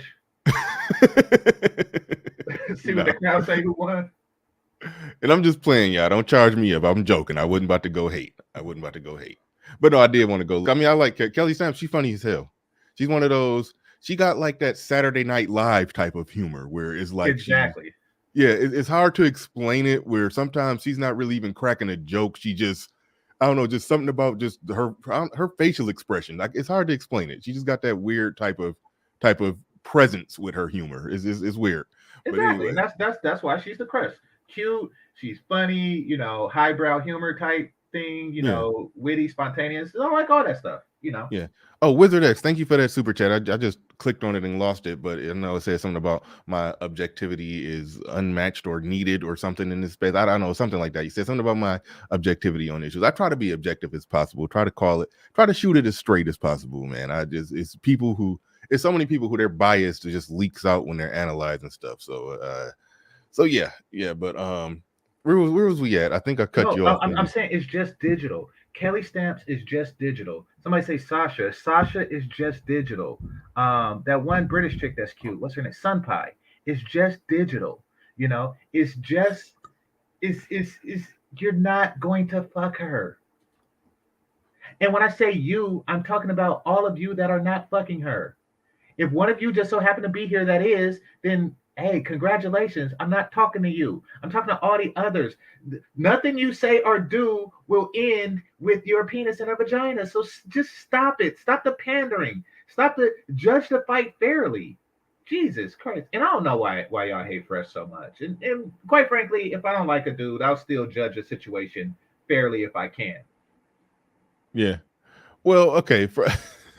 I don't dislike Fresh. I root for him. And I acknowledge that. Well, I meant Fit. My bad. I meant Myron. He did most of the talking on the one I seen. Yeah, no, Myron does most of the talking all the time, and then when Fresh start talking, a lot of times you do wish that he would stop talking. Like Fresh, like he's not that good. He's like a polished. Damn, this is horrible. Fresh is like a polished Chaos Reign. A polished version of Chaos Reign. Oh wow!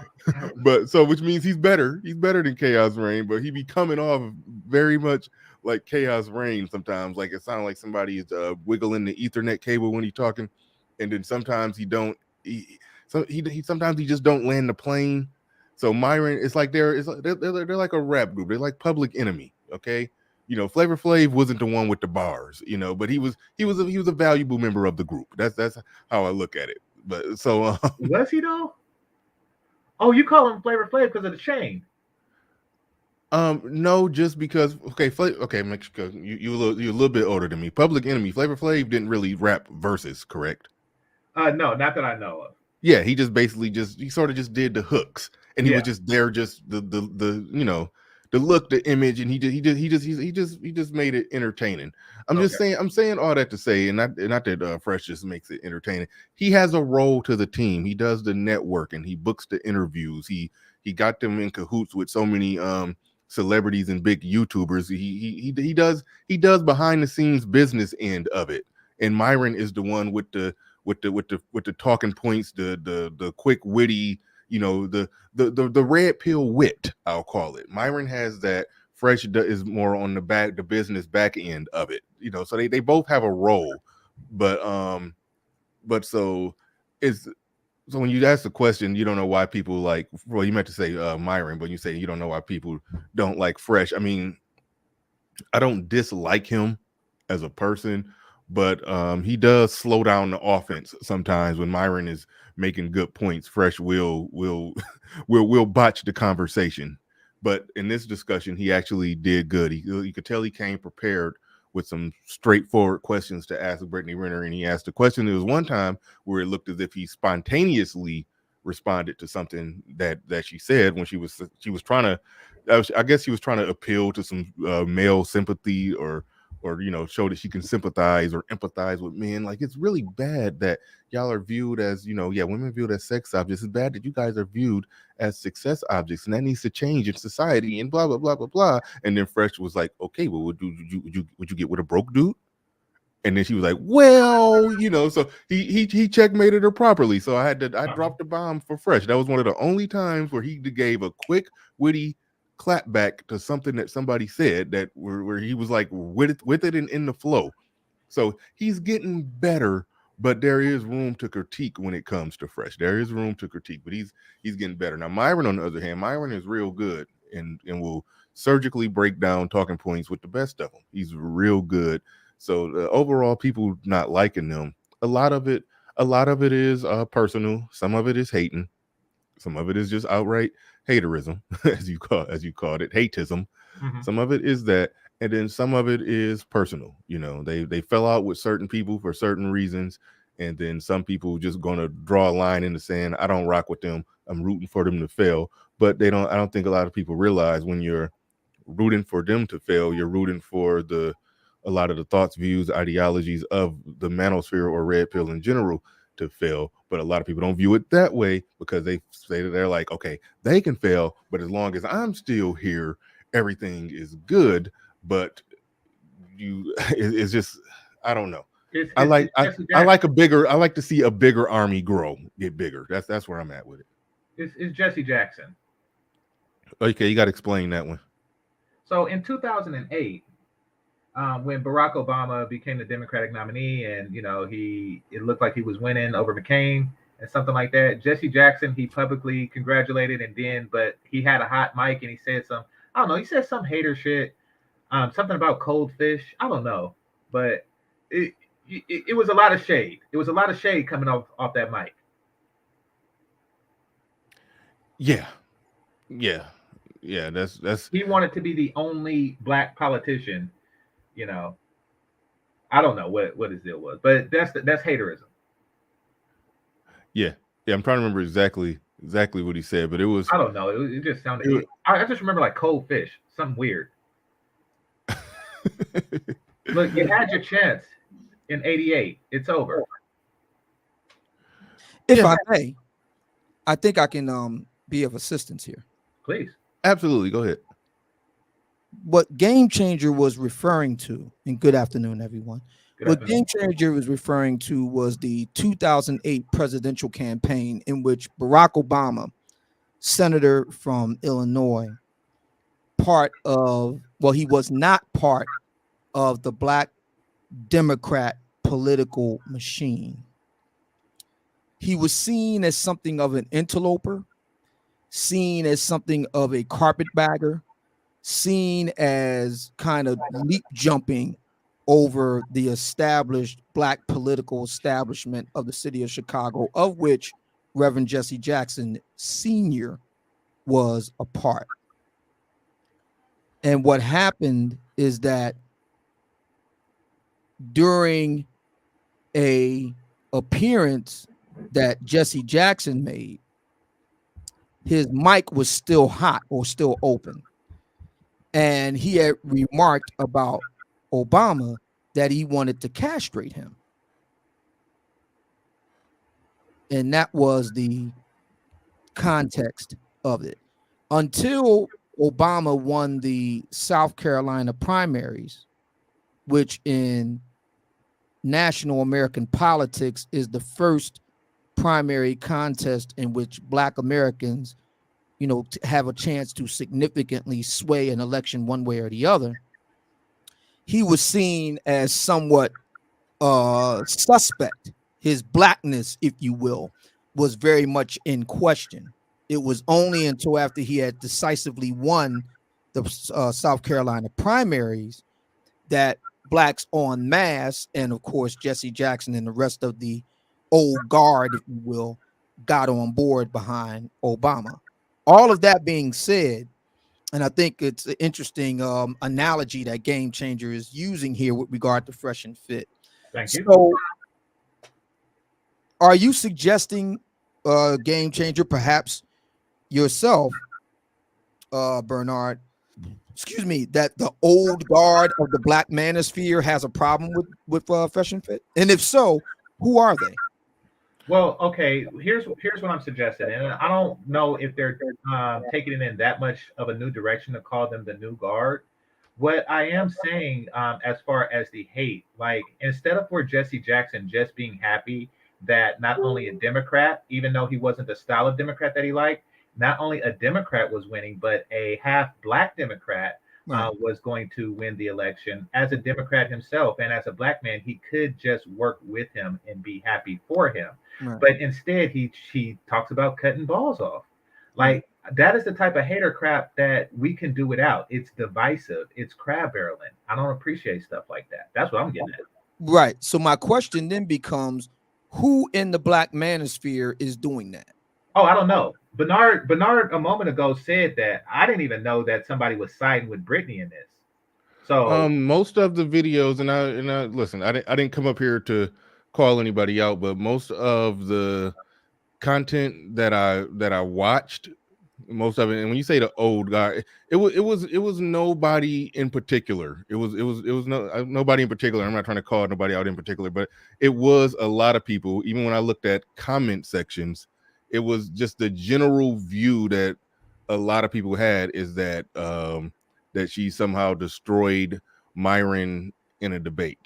That was a general view. And actually, though, I'll speak to the comment section I'm talking about, because I know O'Shea did like kind of put it in his thumbnail that she cooked him or something like that. But his analysis was fairly objective. But I know the comment section, when I looked at it, it was a lot of people that was just so on board with Brittany, like she killed him. And it was a lot. I saw that in so many other thumbnails and some of the videos that I watched. That was a general view that a lot of people put out there that they somehow got owned. I think if I'm not mistaken, I think Coach I didn't watch enough of it to really come to a full conclusion, but it did seem like Coach Greg Adams was saying that it wasn't a good look what happened and everything like that.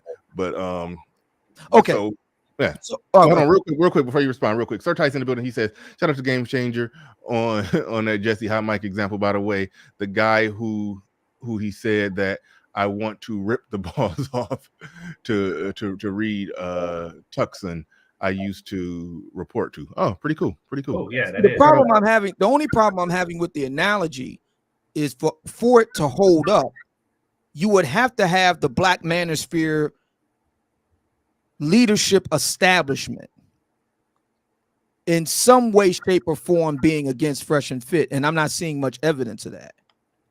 Well, no, I was mostly talking about just people generally. Just people generally. So if we're talking about, no, I wasn't gunning for the heads of anybody. No. I said Game Changer. In order for his analogy to work, he cited an analogy.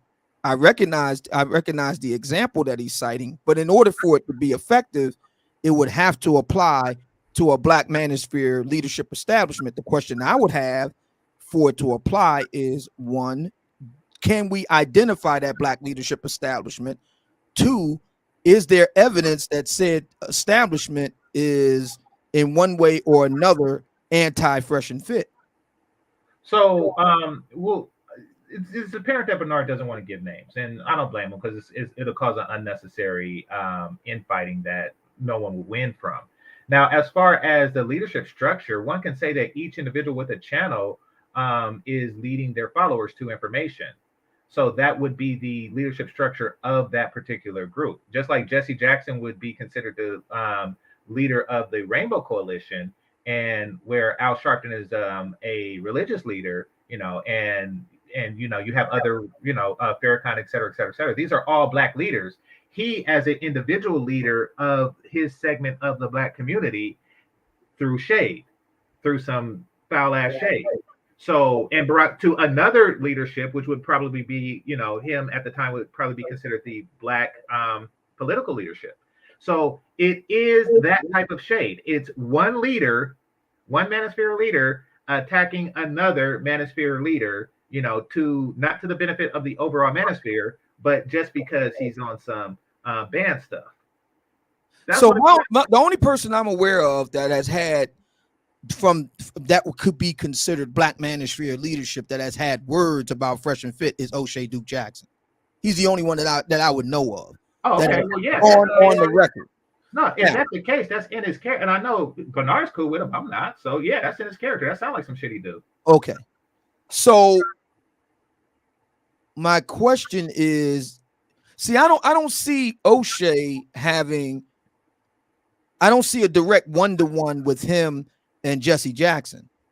Like, for example, as you rightly pointed out with Jesse Jackson, the argument was, or the subtext was, who does this guy think he is to come in here and jump to the front of the line? That's not what O'Shea was saying. O'Shea's argument with Fresh and Fit 2021 was not that. That was not his argument. He had other arguments. You can make a case whether those arguments were legitimate or not. But his argument wasn't, who do these guys Fresh and Fit think they are to jump in front of the line? That wasn't his argument. Did you say that was his argument? Well, I don't know what Jesse Game Jackson's Changer? argument was. I mean, no. Well, that was the whole point of the cut his balls off statement. That was the whole no. What I'm saying is he became hostile. So I mean, and that was the point of the analogy. Because remember, I don't even remember what the phrase was. You came Right. to edify us on that. So no, my point is that any hostility was the point of the analogy, not the minutia of the type of hostility. It's not minutia. It's very important. That the context is hugely important. Barack Obama did indeed circumvent the old guard political leadership of the city of Chicago. As a matter of fact, before he became state senator, he ran as congressman for the city of Chicago, and he ran against Bobby Rush, who was a Black Panther.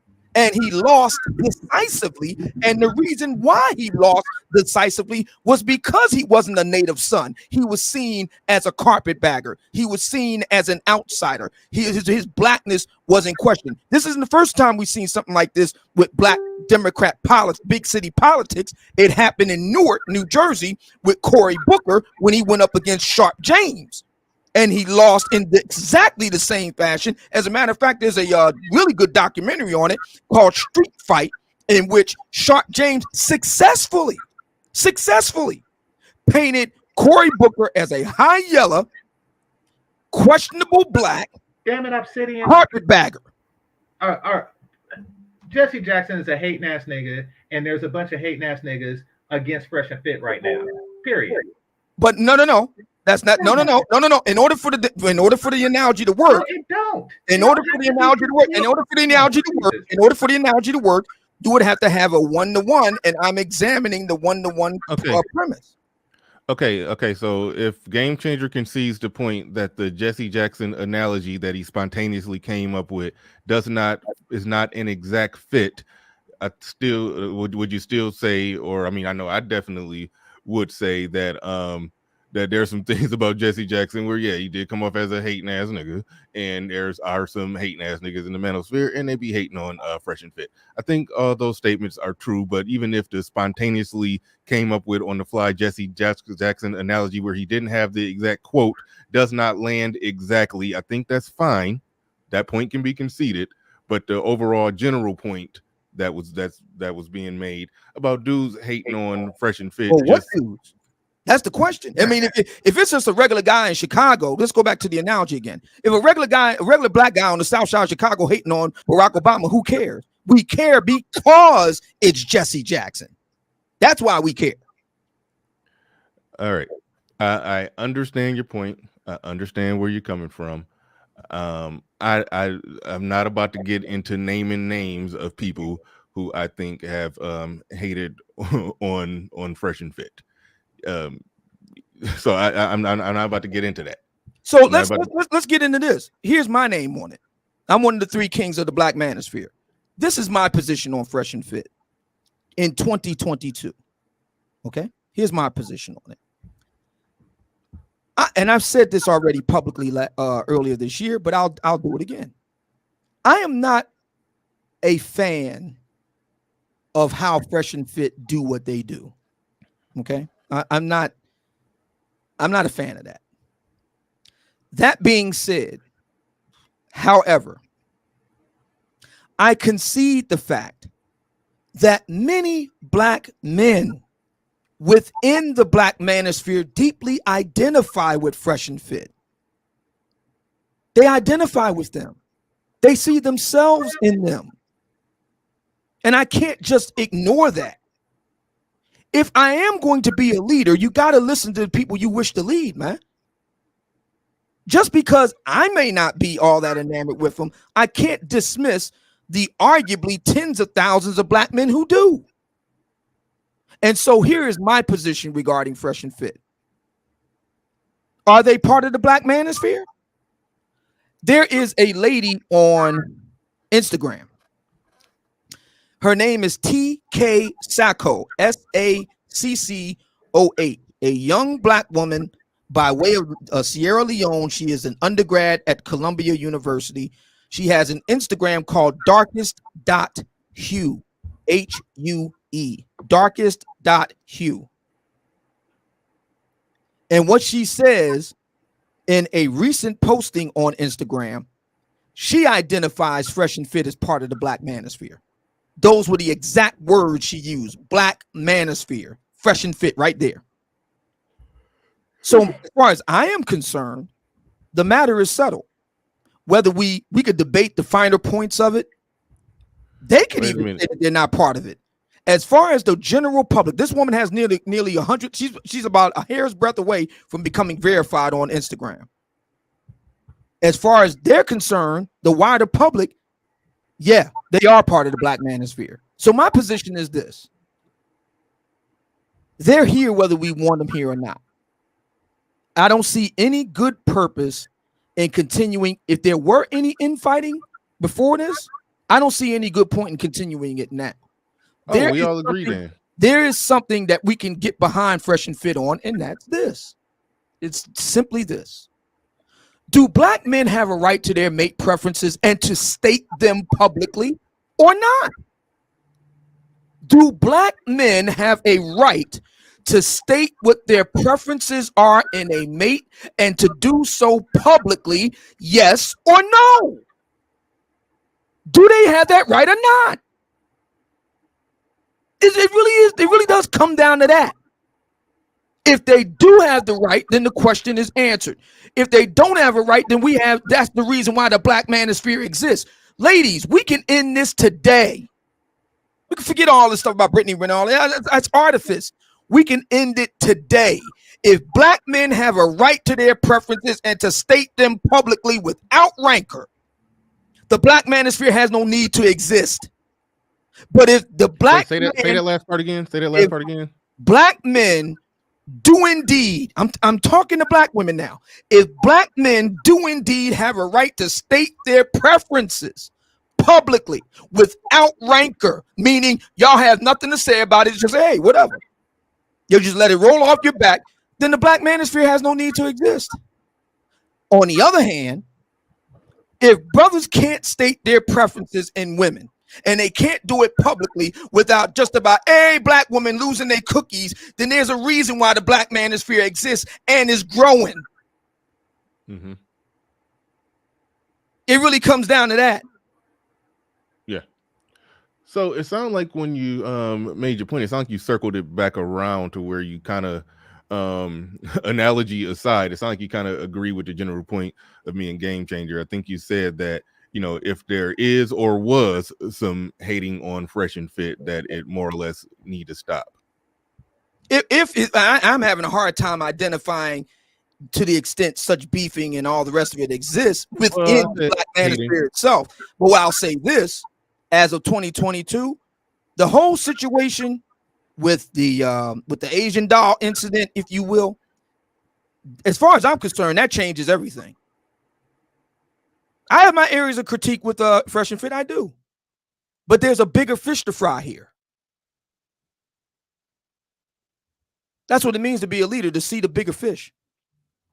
Okay, good. No, I'm with you on that. It sounds like you were saying that, you know, you were critical. I'm not going to throw the word hating on you, but it's like you're saying you were critical at one point, but then when that happened, you saw the big picture and you probably realized, that, hey, it's time to step back on all this critique, because what will end up happening is the people coming at them, criticizing them, hating on them, They ain't making distinctions. what they're essentially doing is joining in with the sisterhood. That's right. To essentially They're not making try to bring distinctions. down. Trying to essentially, they're joining in with the sisterhood to pile on men who the Yes. sisterhood are trying to cancel. They're not making this. That's the reason why I brought up the darkest hue. By the way, fellas, if you go over there, please don't bother that woman. Just observe and report. Don't bother her. Don't leave comments there. Please don't do that. Just go over there and see for yourself at darkest hue, darkest with a dot, then hue, and you'll see what I'm saying for yourself over on Instagram. And you're 100% correct, Bernard. They're not going to make the stand. Our enemies, if you will, our adversaries, if you will, our opponents, they're not going to, go through the tulips and make all the distinction. Well, this guy's Black Manosphere and this guy. No, like I said, she lumped all of it. You, me, Fresh and Fit, Tommy Sotomayor. She lumped all of us into the Black Manosphere. So it's kind of like, not to be too melodramatic, but after 2001, September 11th, over in Israel and over in France and other areas around the world, you know what they did? They all said, we're all Americans now. What I'm saying to all of us, no matter where you fall on the spectrum, we're all a Black Manosphere now. What happened to Fresh and Fit is, as far as I'm concerned, galvanizes all of us because they ain't making distinctions. And I stand 10 toes down behind their right to their preferences. Whatever I may think of their preferences is irrelevant. What I think about who they choose to get with is irrelevant. They have a right to do it, and they have a right to say it. Period. Otherwise, there's no reason. If I can't get behind Fresh and Fit on that, then I don't need to be the leader of a leader of the Black Manosphere. I don't even need to be in the Black Manosphere if I can't get behind that. All right. Yeah, what's up, everybody? Yeah, what's up, Ed? I was just about to pass to you. Y'all make sure y'all hit the like button. Damn it, it was something I needed to acknowledge in the chat room, but I can't even find it. So never mind. So all right, go ahead, Ed. You got the floor. You got the mic. Yeah, I won't take long. I'll pick back off what Game Changer, or really what Obsidian just said. I mean, my thing is, you have folks that are, you have people that are red pilling this space, and you have people that are thinking black men. And although we assume that's the same thing, it's really not. Your perspective, and then you have the business aspect or the chasing views aspect of it as well. And that's not a reference to you. That's a reference to the Duke and Don types, that they're invested in being critical of Fresh and Fit because that's what drives views, and the type of audience that they like to deal with are going to be more anti-Fresh and Fit versus our audience. It's gonna be a mixed bag. I mean, some people will say they're corny or lame. Some people play the 9-8 cards. Some people are gonna be on some. They're making they are right on the basics. And some people don't give a damn about the YouTubers that Fresh and Fit is like slighted, so they don't care, so they'll lean on the basics, and that's understandable. So it's a mixed bag with us. I mean, most of my stuff for Fresh and Fit overall hasn't even been critical. It's really been saying, you all are saying they're losing, but at the end of the day, it was marketing. The overall video didn't represent what that clip was, and that clip did what it was supposed to do, which was get you to want to watch the video. That's what it was supposed to do. Question: would you want to watch the video if you saw Myron checking Brittany Renner, or was it going to attract a bigger crowd seeing Myron get checked by Brittany Renner? The answer is obvious if you really understand marketing and you're looking to pull the maximum audience, because their people are going to watch it because that's their people. And DJ Academics understands that. So I try to help black men, or men in general, understand what winning looks like in that way, and stop looking at like these little L's that, these L's that don't matter, because it didn't cost Fresh and Fit anything. And to understand that for their lives. But as far as what you were speaking on specifically, Obsidian, is my issue. I think the Manosphere can understand that, but Myron won't. Myron's the type of person is, you either fuck with him or you don't, and once you don't, that's it. And they're not going to be somewhere. This is a bigger picture thing. Yeah, we can do that, and I agree that we shouldn't be piling on them, because now we're not gonna be tools for other people to use to try to attack them. We have our specific surgical criticisms, and then outside of that, we support the basics of what they talk about, like freedom of speech and the basic points they deal with. But it just depends. It depends on how you're trying to approach the algorithm, what type of audience you're trying to approach, what your agenda is. Because in the manosphere, we're more so being accurate and being right more for views, although we want views too. But then you got some of the newer folks in the space where they're really more for views than really being right. Well, here's the thing, Ed. Here's the thing with that. You're right. Everything that you said, I agree with. Game Changer suggested with his use, which I thought was a good one, of Jesse Jackson in Chicago, the Democratic / black political machine there in Obama, right? There is something for us to learn from that. Game Changer isn't wrong for bringing up that analogy. It was a bit, incomplete and imperfect, but still good. It doesn't have to be perfect to be good. And that's this. Sorry, Obsidian, I know you're on a flow, but I don't mean to cut you off. This is going to take 2 seconds. JSP, they do have a step on black women. Go ahead, Obsidian. And that's this. We have to get behind Fresh and Fit on this. It's real simple, man. We got to get behind them on this. And how we get behind them, we got to keep our eyes on the prize, if I may use that phrase. We can't allow ourselves to, who won between Brittany Renner. The issue is, do black men have a right to their preferences in a mate and to say so publicly or not? That's what we have to stay 10 toes down, laser focused on. Not what, the Fresh and Fit did this and Fresh and Fit did that, and they lost this debate with this. And that. Listen, the bottom line is, do they have a right as black men? Do they have a right to say who they prefer in a mate and to say it publicly? Do they have that right or not? We have to stay fully behind them on that point. Period. And we have to keep hammering that point. That's the message. That's the messaging. Stay on code. Do we have a right to say it or not? Because black women have no problem saying who their preferences are, and they don't give a damn what we think about it. Yeah, and Pink Book even made that point on a recent video. Like literally the last video she did, she was doing something with Kendra G's thing, and she did a compilation of women. One of them was as old as 49 years old. And all of them weren't being absolutely crazy about it, but they were very unapologetic about their points. And I'll add on to what you said, Obsidian. The question is, you're answering that. That's the obvious answer, and that's the right one. But I would add on to that is, do black men have a right to be unapologetic about what their preferences are? Because that's what black women are. Black women are that's why I said stated publicly. You're being unapologetic. If you can say your preferences publicly, like, for example, we're having a public conversation right now. Fresh and Fit has a public conversation when they do their show.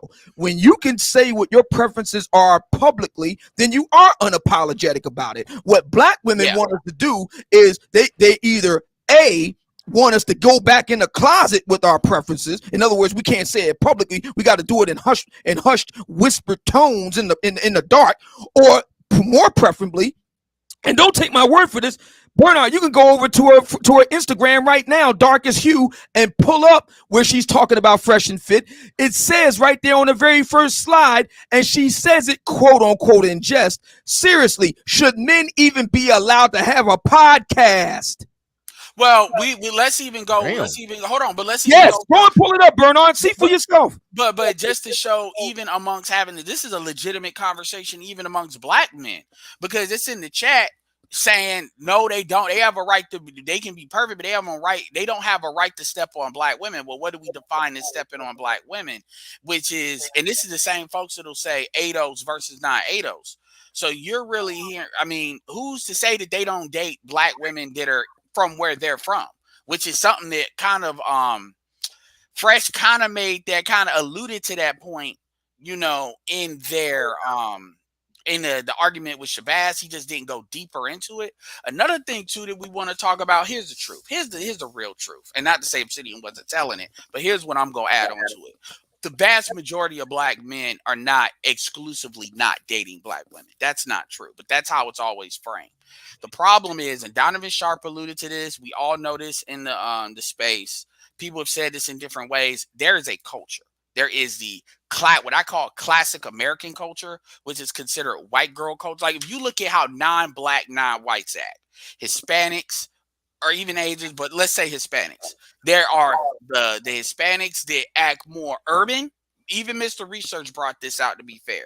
There's the urban mindset, which is mainly associated with black.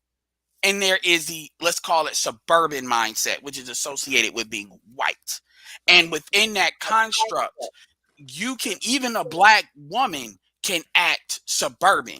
Even a white woman can act urban. We associate one thing, and Hispanics are the same thing. Where you see there's a difference between like they say Ariana Grande is Italian, so I can't use her. There's a difference between a Blue Jasmine and let's say Vanessa Bryant. Although I need to go further, a white acting Hispanic. You know what I'm saying? Even though that's not really Vanessa Bryant, you get my point. But all Blue Jasmines don't act like that on the Hispanic side. We know this.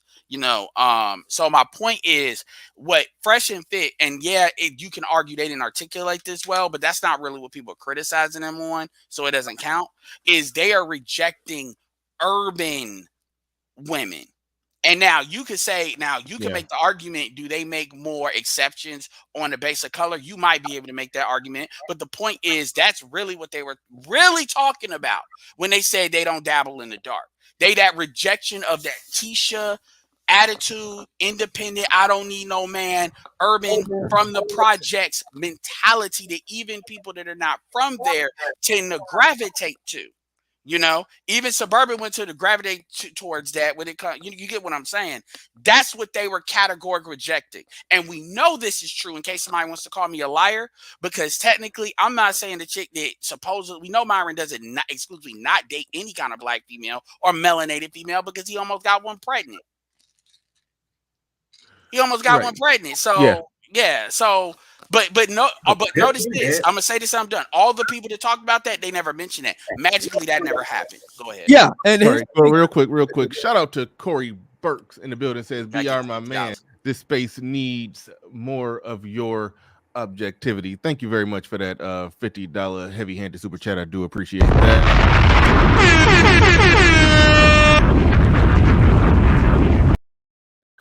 Well, it is alleged. Byron's not denying he had sex with her. He just got her pregnant. And by the way, Cardi B is black according to most black people, but Myron ain't. This is the goofy shit. Go ahead. Well, here's the thing. Interesting you bring up that point, and I agree with you. You're right.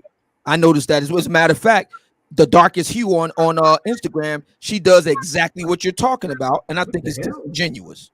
Based on the evidence, that is to say, because she gives a full transcript of what Fresh and Fit said, and you can see it in the transcript that she posts on her Instagram. What you're talking about is bunk.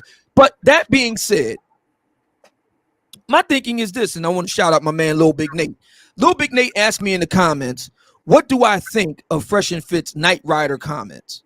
My response, Lil Big Nate, and everybody else listening right now, is the following: I think the same thing about Fresh and Fit's Knight Rider comments that I do about TLC's No Scrub comments. Nothing. I didn't do anything when TLC was doing their thing with No Scrubs, making millions of dollars off of it. I didn't have a problem with that. The sisters have a right not only to have their preference, but to voice their preference in the public square and to make millions off of it. So what do I think about Fresh and Fit's Knight Rider comment? Nothing. I think absolutely nothing about it. Go ahead, Game Changer. What did you think about it? No, I did something when TLC came out with No Scrubs. Basically, if me and 4 homies was going somewhere, we all took 4 cars. Nobody wants to be in the passenger side. Like, okay. that's what happened in the 90s. Like it changed. There's a meme out there that says you know, TL, since you brought that up, TLC brought up, they made a song called No Scrubs when they were going through bankruptcy. Oh, wow.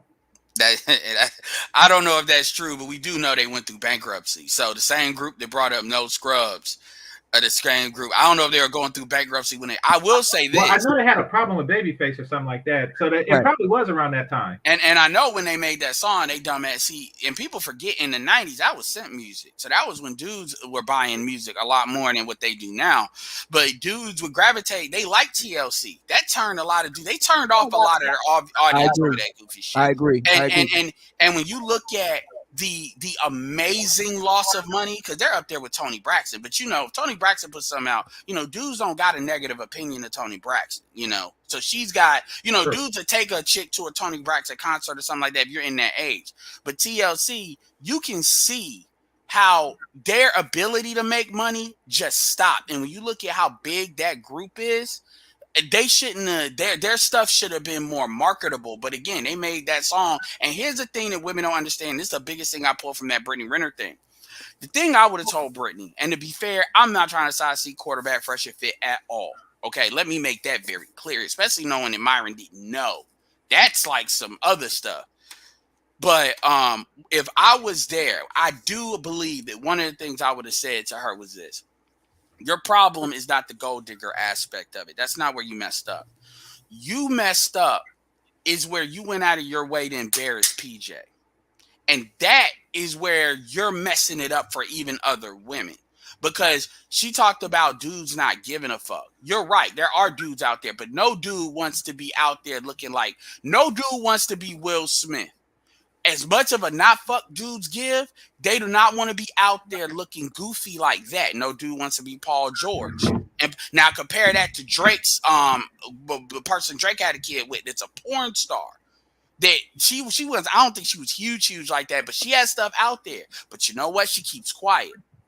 And the reality is a lot of these women will say, I would keep quiet too if I'm paid off. But the truth is you're either more like that or you're more kind of not like that. Meaning it don't really matter.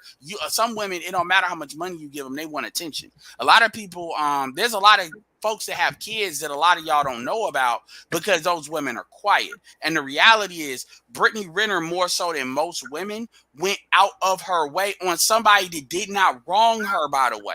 This isn't, okay, you did something and now she's calling you out. No, you went out of your way to belittle him and embarrass him because as far as I'm concerned, I think you wanted him to pay for the sins of all them other dudes that you wrote that book about. And that is where she messed up the game. And that is why she's being publicly like lambasted and made like the prodigal child, the poster child of this type of stuff because she did that one thing and you usually don't see that. Well put. Well put. I didn't even think of that aspect of it. Yeah, she did kind of like spoil the well, or she poisoned the well for other gold digging bitches. So yeah, and she probably went up to try to clean that up, you know, and soften it because she did seem offended that they were applying that she's a gold digger like all the other gold diggers, even though she came out and admitted it. So she's trying to backpedal. Yeah, to clean up the well that she poisoned. Yeah. I would have told her she's worse. And there were other women, they're of the thottish, flavor that went out of their way. And they did say Brittany Renner was a predator. And I'm talking about women that had like 700 million followers on Instagram. It just didn't get known, but they did say that because they understood that she was messing the game up. And that was the same thing when Tommy Sotomayor was on Fresh and Fit in the after hours when that one sister went out of her way of saying all this crazy stuff that she would do for money and talk about how she's recording it she got it recorded on the phone and she's gonna show everybody. And then the white girls were getting quiet. And then she ended up going back and forth with them a little bit because they're like, bitch, shut the fuck. They really wanted to tell her to shut the fuck up, but they probably got their ass whooped. But that's what they really wanted to say because it's like you are fucking, you don't kiss and tell, not like that with those people that got that kind of money because what they'll do is they'll adjust. The dude's gonna be, I'm not gonna be the next one.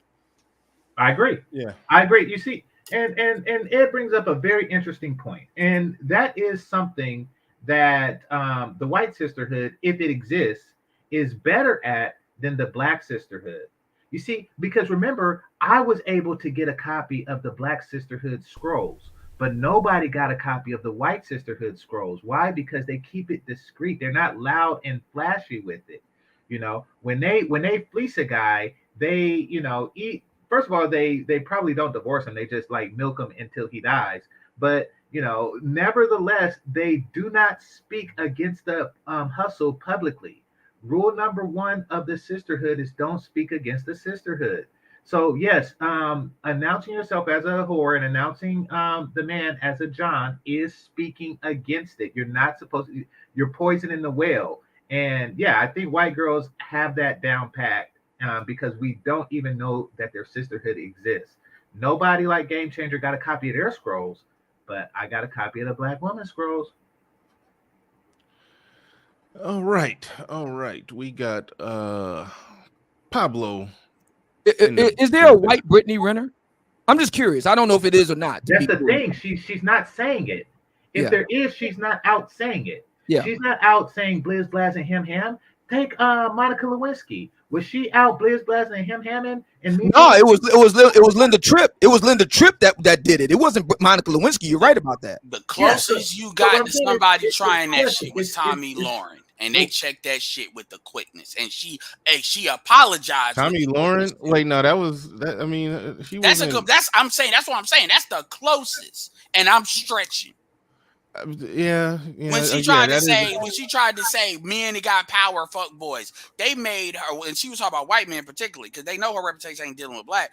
They switched that. They made her apologize. She had to give a public, like within what 72 hours. Yeah, about that. Yeah, that's about right. That's a good point, Ed. That's a good point because you and Game Changer are making a good point here. So with Brittany Renner, if I may, I know Bernard, you want to move on with the show, but if I may quickly, just put this out here for the brothers' consideration. Okay, so we got Brittany Renner here in late January of 2022.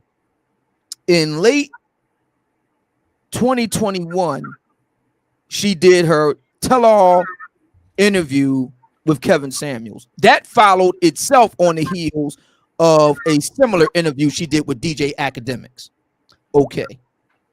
My question to the brothers here, my question to everybody listening is this, because now this comes down to what's going on with Fresh and Fit at the moment. Now it comes down to who's got the better PR, who's got the better strategy, public relations game, who's got the better game here, who comes out on top.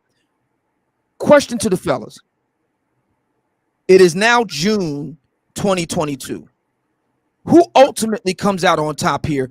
Does Brittany Renner ultimately prevail? Does her profile go up, go down, or just go sideways as a result of what just happened with Fresh and Fit?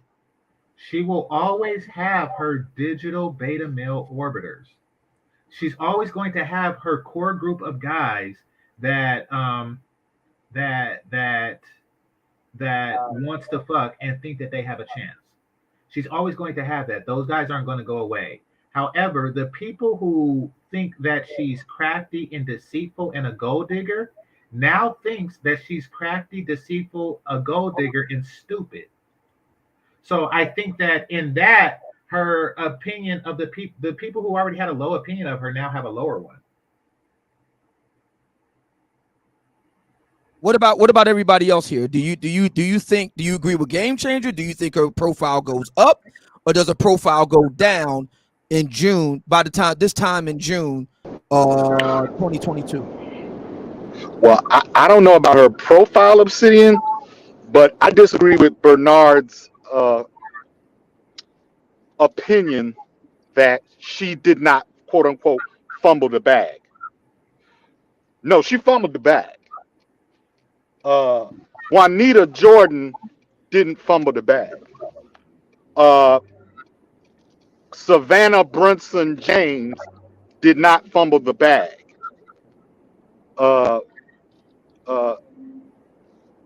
Aisha Curry did not fumble the bag. Sonya Curry did not fumble the bag.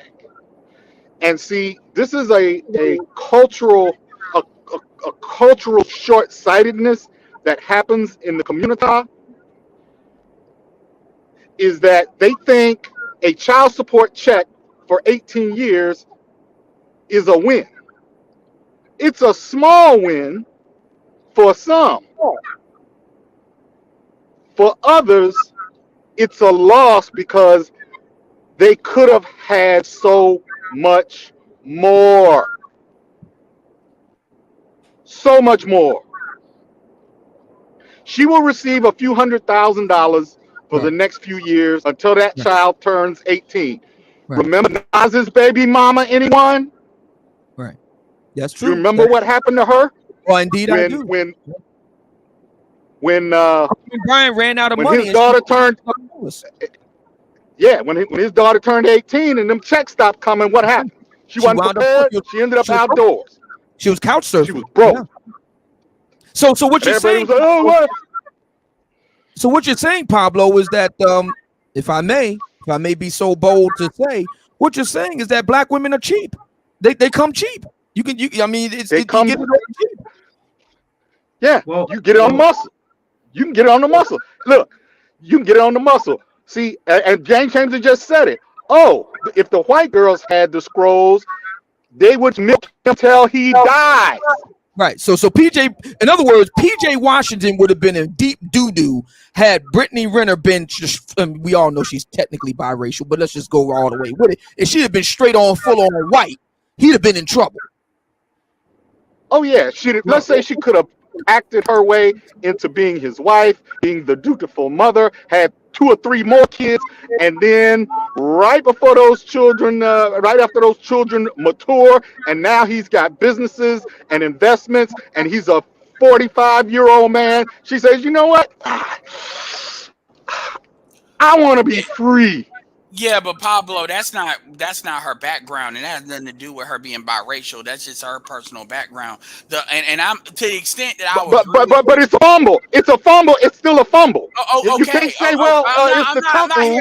You can't say it's the tuck rule and say, well, he didn't fumble. No, he fumbled. I am not here to Well, disagree with that. I'm trying to add on to something real quick. All I'm trying to add on to is you have to understand that women, Brittany Renner is a representation of more how modern women think. They value being rebellious over really that long-term stuff you're talking about. Now, to them, it's not a fumble because their definition of what that is only, am I better off than where I started? Now, to us, we're thinking about other, because when you bring up Juanita Jordan and all of them, they were cultured differently. And Juanita's black, but they were cultured differently. That's the difference. So, and that's not making an excuse. I'm just saying. So Savannah Brunson James culture differently. Let me look. Real quick. Let me say this because I think Pablo. Aisha Curry culture differently. Hold on, Pablo. Can you hear me? You mean she's not a hood rat? You mean they weren't hood rats? This is what Pablo. Pablo, can you hear me? Can you hear him? Pablo. He might be on. Yeah, I hear you. Oh, there you go. Oh, okay. He can hear me. All right.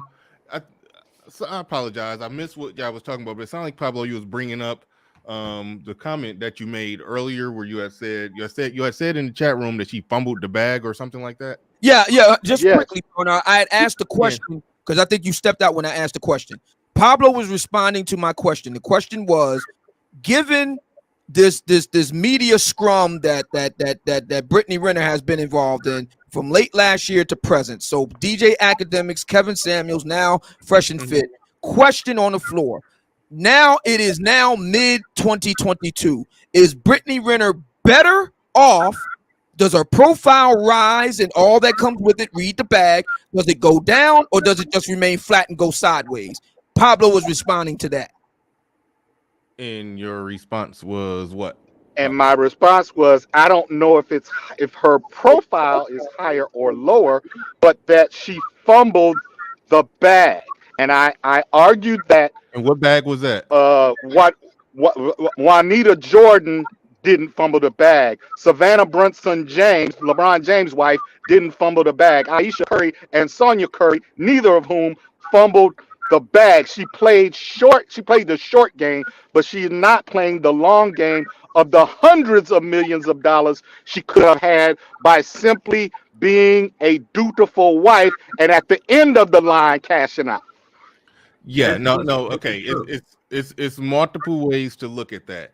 and if you're speaking from a perspective that a logical person with a certain amount of moral character, how they would analyze this, yeah, No, this is pure. No, this is pure money, pure economics. Okay, all right, cool. All right, let's just talk clear dollars and cents.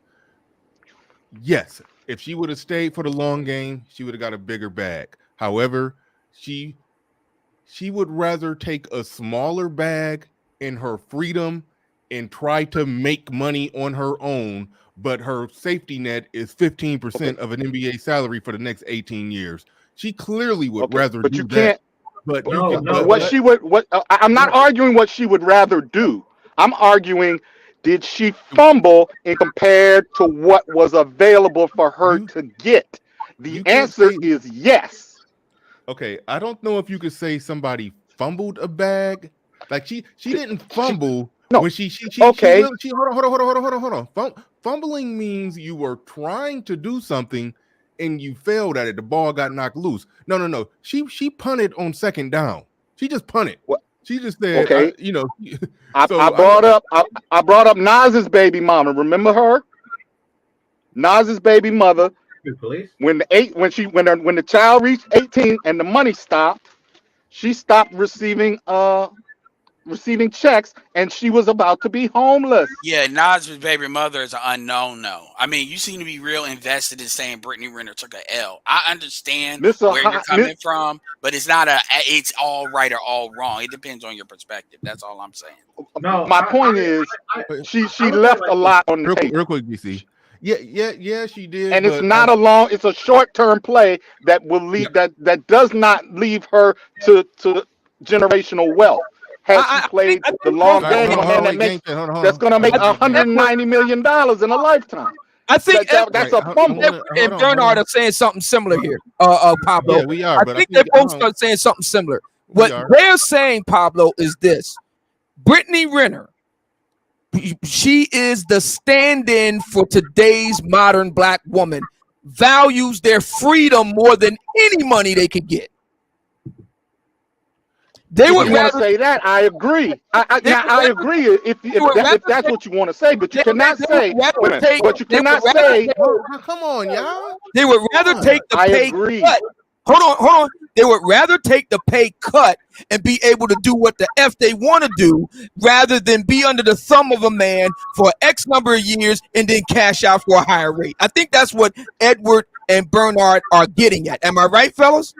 Yeah, she want to be free while she can still pop that ass and do stuff. Yeah. Okay. All right. I agree. I agree at 40. I agree. But here's where I disagree. To me, it is a fumble because you left so much on the table. I understand. Now you got wait a minute. Now you got a child that's raised by their grandmother. They're moving around from place to place. There's no security. There's no you're left to your own devices. On the other hand, you get a cohesive unit family for the healthiest situation for your children. You get lots and lots of access to hundreds of millions of dollars over the long haul. And when you get to the end of the yellow brick road, you can cash out with more of the resources and the money. So for me, it's a fumble. Fair enough. I understand exactly where you're coming from. And I'm not. Hold on. And Pablo, you muted up because you had background and feedback.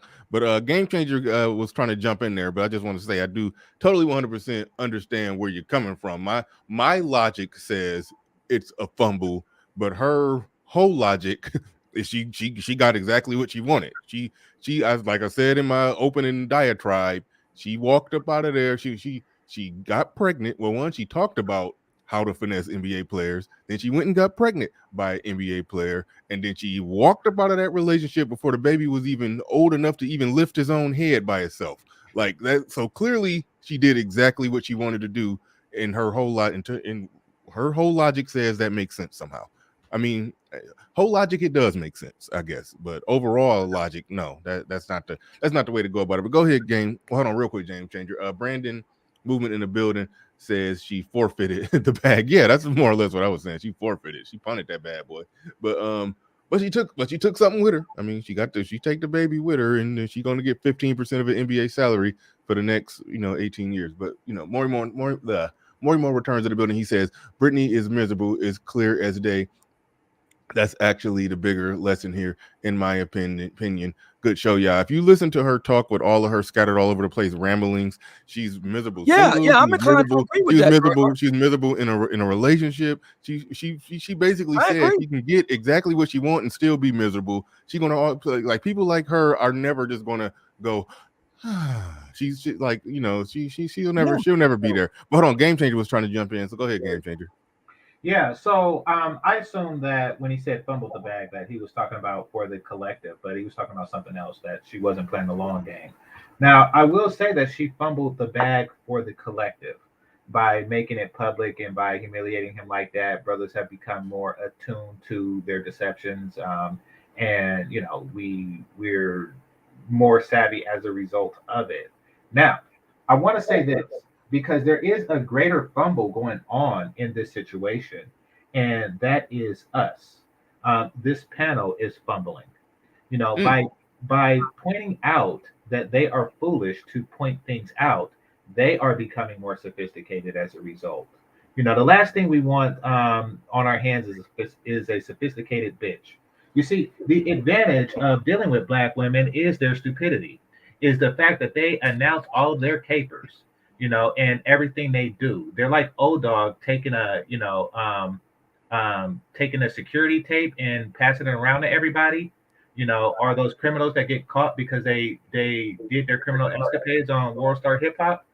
The cops aren't going to tell them, nigga, don't be stupid. They're going to encourage them to continue with said stupidity until they die in jail. So we have to do that. Ladies, continue with your stupidity. Please, it alerts us.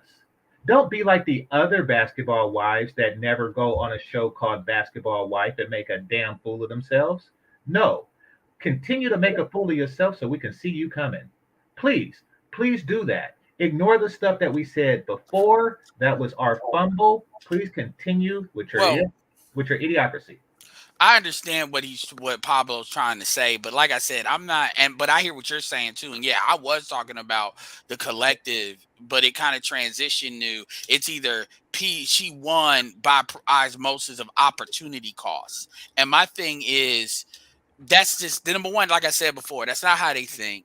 And number two, so basically what we're saying is because they weren't like Chinese and then waited and they got some money, then created the Basketball Wives BS.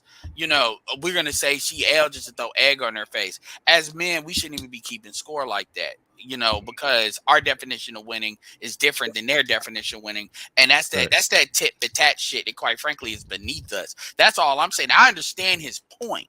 But my point to Pablo was, and I fuck with Pablo, but it was like you're being overly invested in saying she lost. Yeah, she's miserable. That doesn't matter. It really doesn't. At the end of the day, I mean, that's for Brittany Renner to account for the actions that she did. But I don't need her. I'm a loser. Oh, now my job is done. It doesn't matter because I'm going to win anyway, regardless of what you do. And that's how PJ, and I'm going to tell you something too. That's how PJ Washington probably thinks, or Tucker, whatever his last name is. He probably thinks, you're miserable without me. See, you could have been with me, and then you could have did this bullshit later on, but you supposedly what, Will Smith and Jada Pinkett? My point is that's what it sounds like when somebody's losing. They're just trying to find an L. I'm a W where one doesn't exist. The reality is PJ needs to focus on living his best life and taking it and moving on. Just like when Drake took that L with that porn star, just like when Paul George took that L. They're going to be fine. Yeah, exactly. The real question is this, and not linger on it is what I mean. The real question is this, and I think Game Changer makes a really good point in relation to what Bernard said. So we're strategizing now. Fresh and Fit are part of the Black Manosphere. We give them we give them our full support. Okay. Now we got to project this out.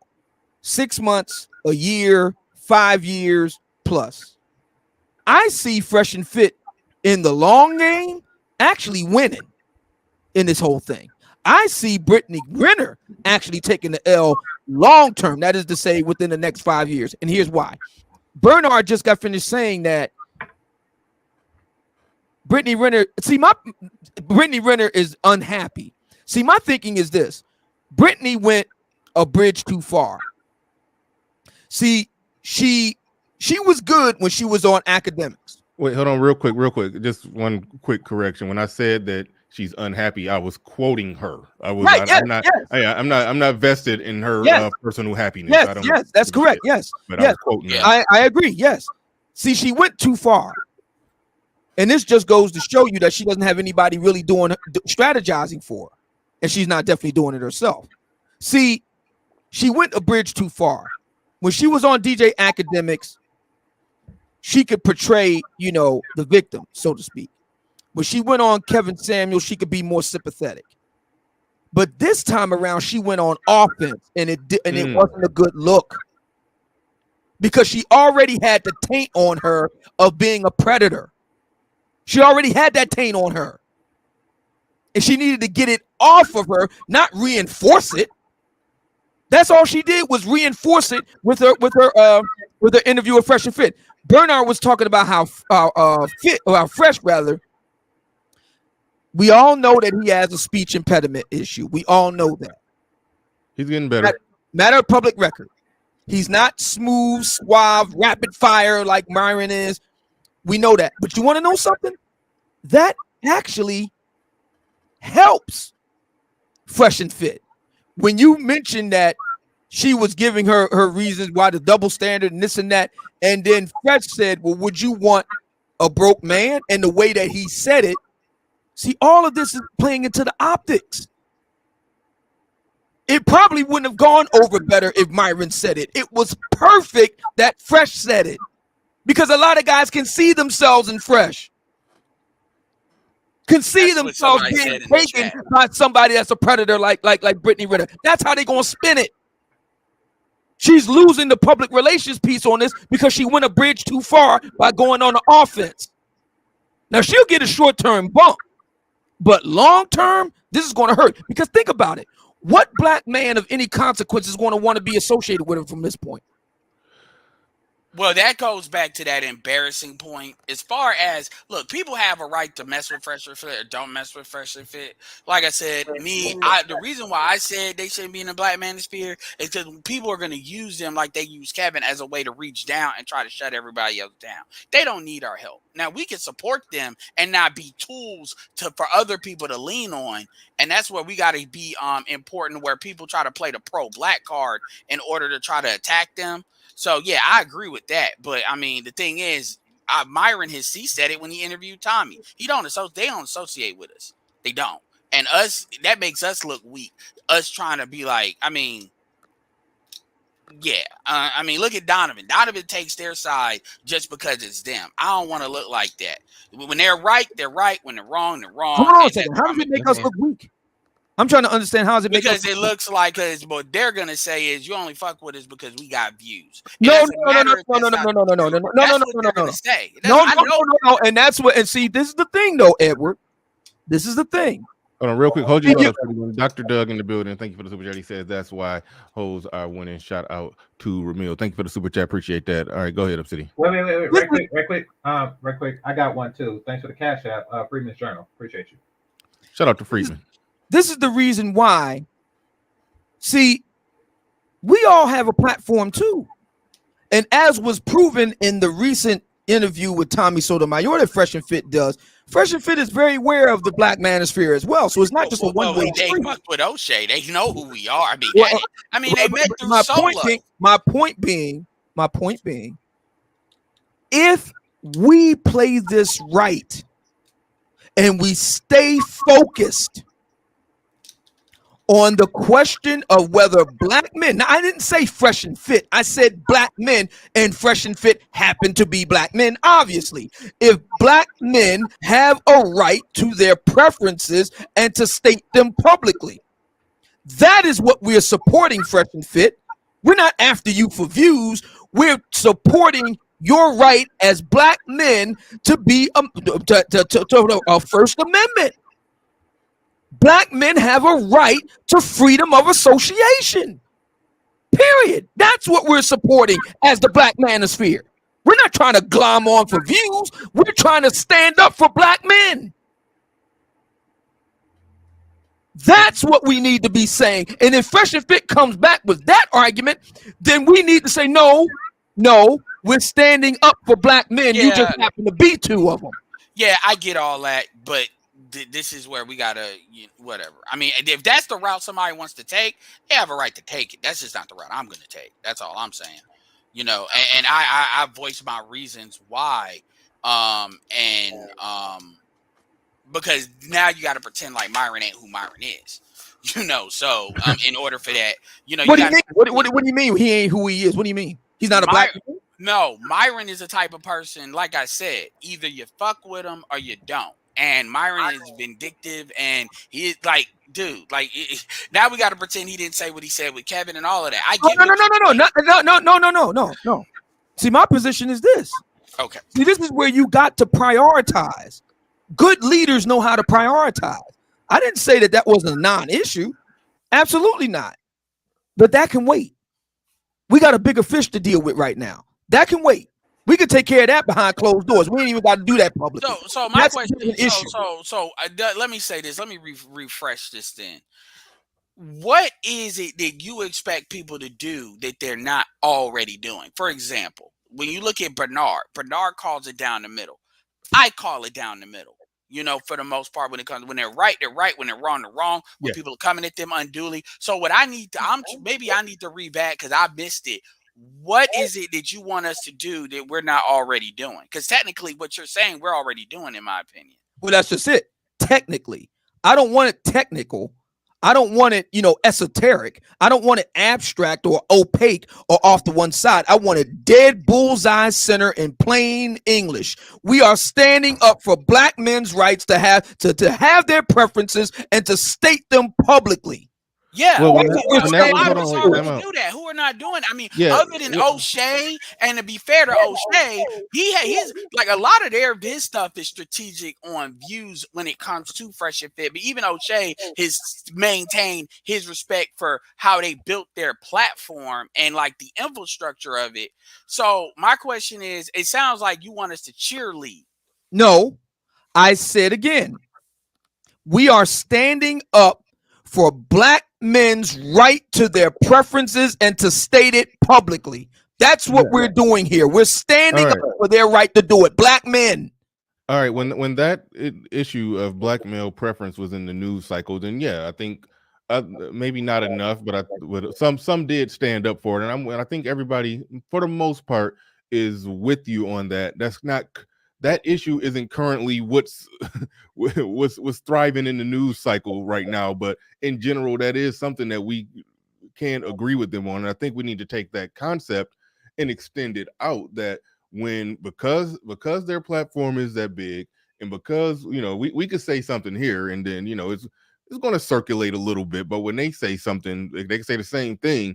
It will hit the mainstream media. I do think that we do need to be conscious of the fact that even though some people they may be in the Black manosphere, not in the Black manosphere, or they don't like this person, they don't like that person. I just figure I just say when it comes to the ideals, the ideas, the talking points, the perspectives, the logic, I do think men need to stand on that square. And even if they're not just all fully getting behind, backing, or cheerleading for them, the concepts we should stand on point with, more or less what you're saying, not even just with Black male preferences, but anything that they're saying that we generally agree with. When they hit the mainstream and then they got everybody from the mainstream media and the sisterhood coming at them, then I think we should stand on the square for the things that they're saying that we're also saying, whether we whether we put on the same jersey as them or not. But Clarence Jr. in the building, he says, I think y'all are missing. I'm gonna bring you in here in a second, J Speed. And Jay, a story to tell. I left you in the back chat for a while. I apologize. Come back, I'll bring you up. Clarence Jr. says, I think y'all are missing the point. I don't think she wanted to play PJ. I think they broke up because he wanted her to switch from IG model to housewife. and she wouldn't submit. I think she regrets it too. Game Changer, your knowledge, is that what happened? Just throw that at you real quick. I have very little knowledge of what happened, but no, I don't think that that's the case because he still wants to get with her. All right, So, Ed, I think you followed it more than everybody else. So your knowledge, is that what roughly what happened? Well, Clarence is kind of a mainstay of my channel as well. So I mean, as far as that, I mean, it's a lot of dudes that they want to be blue pill. That's a blue pill thought process. The reality of the situation is what you said. She had an agenda. She targeted him. Because then you got to ask yourself, why would you get with a dude with that age gap when that has not been your history? That has not been your history. So why switch up from what you did to that? Explain that to me. I would like to ask her that. What really made you gravitate towards this guy? Really compared to the other people? First, I would get her to acknowledge, ask her, have you ever dated somebody younger like that before? Then once she does that, then I'll have her to explore that with me, and she'll do some babble, because the truth is he was targeted. He was a mark. And she said that. And see that, and I'm glad you said that, Edward, because see, here's the problem. Here's the problem that, and I'm glad that the brother Clarence Jr. asked that question. See, we've gone past whether or not who shot John. This is a public relations game now. See, in the minds of a lot of brothers and some sisters, Brittany Renner is just a stomp down hoe and a predator. Whether or not she wanted to be a housewife or not, whether or not he wanted her to be the housewife, we're past that. This is where she is now. And by doing what she did to Fresh and Fit, she only reinforced that view. This is the reason why I said she actually blew her foot off strategically. Now she'll get a little short-term bump, no doubt. But in the long game, she's toast. She did irreparable damage to herself because again, what brother is going to roll the dice on that? Who? Not none of the ones that she want are going to roll the dice on it for anything long term. That much is, I think, obviously clear, unless they stupid too. But so anyway, the three kings in the building. He says Myron said they don't associate because O'Shea Duke Jackson kicked them out. That's how it started. Your argument is disingenuous. Yeah, thank you for the super chat. Appreciate that. That was directed toward more or less toward. I think that was directed towards Obsidian, but I don't know. But yeah, and I agree, and I just want to make it clear. Wait, hold on, Ed, I do gotta pass it. Pass it. All right. So excuse me.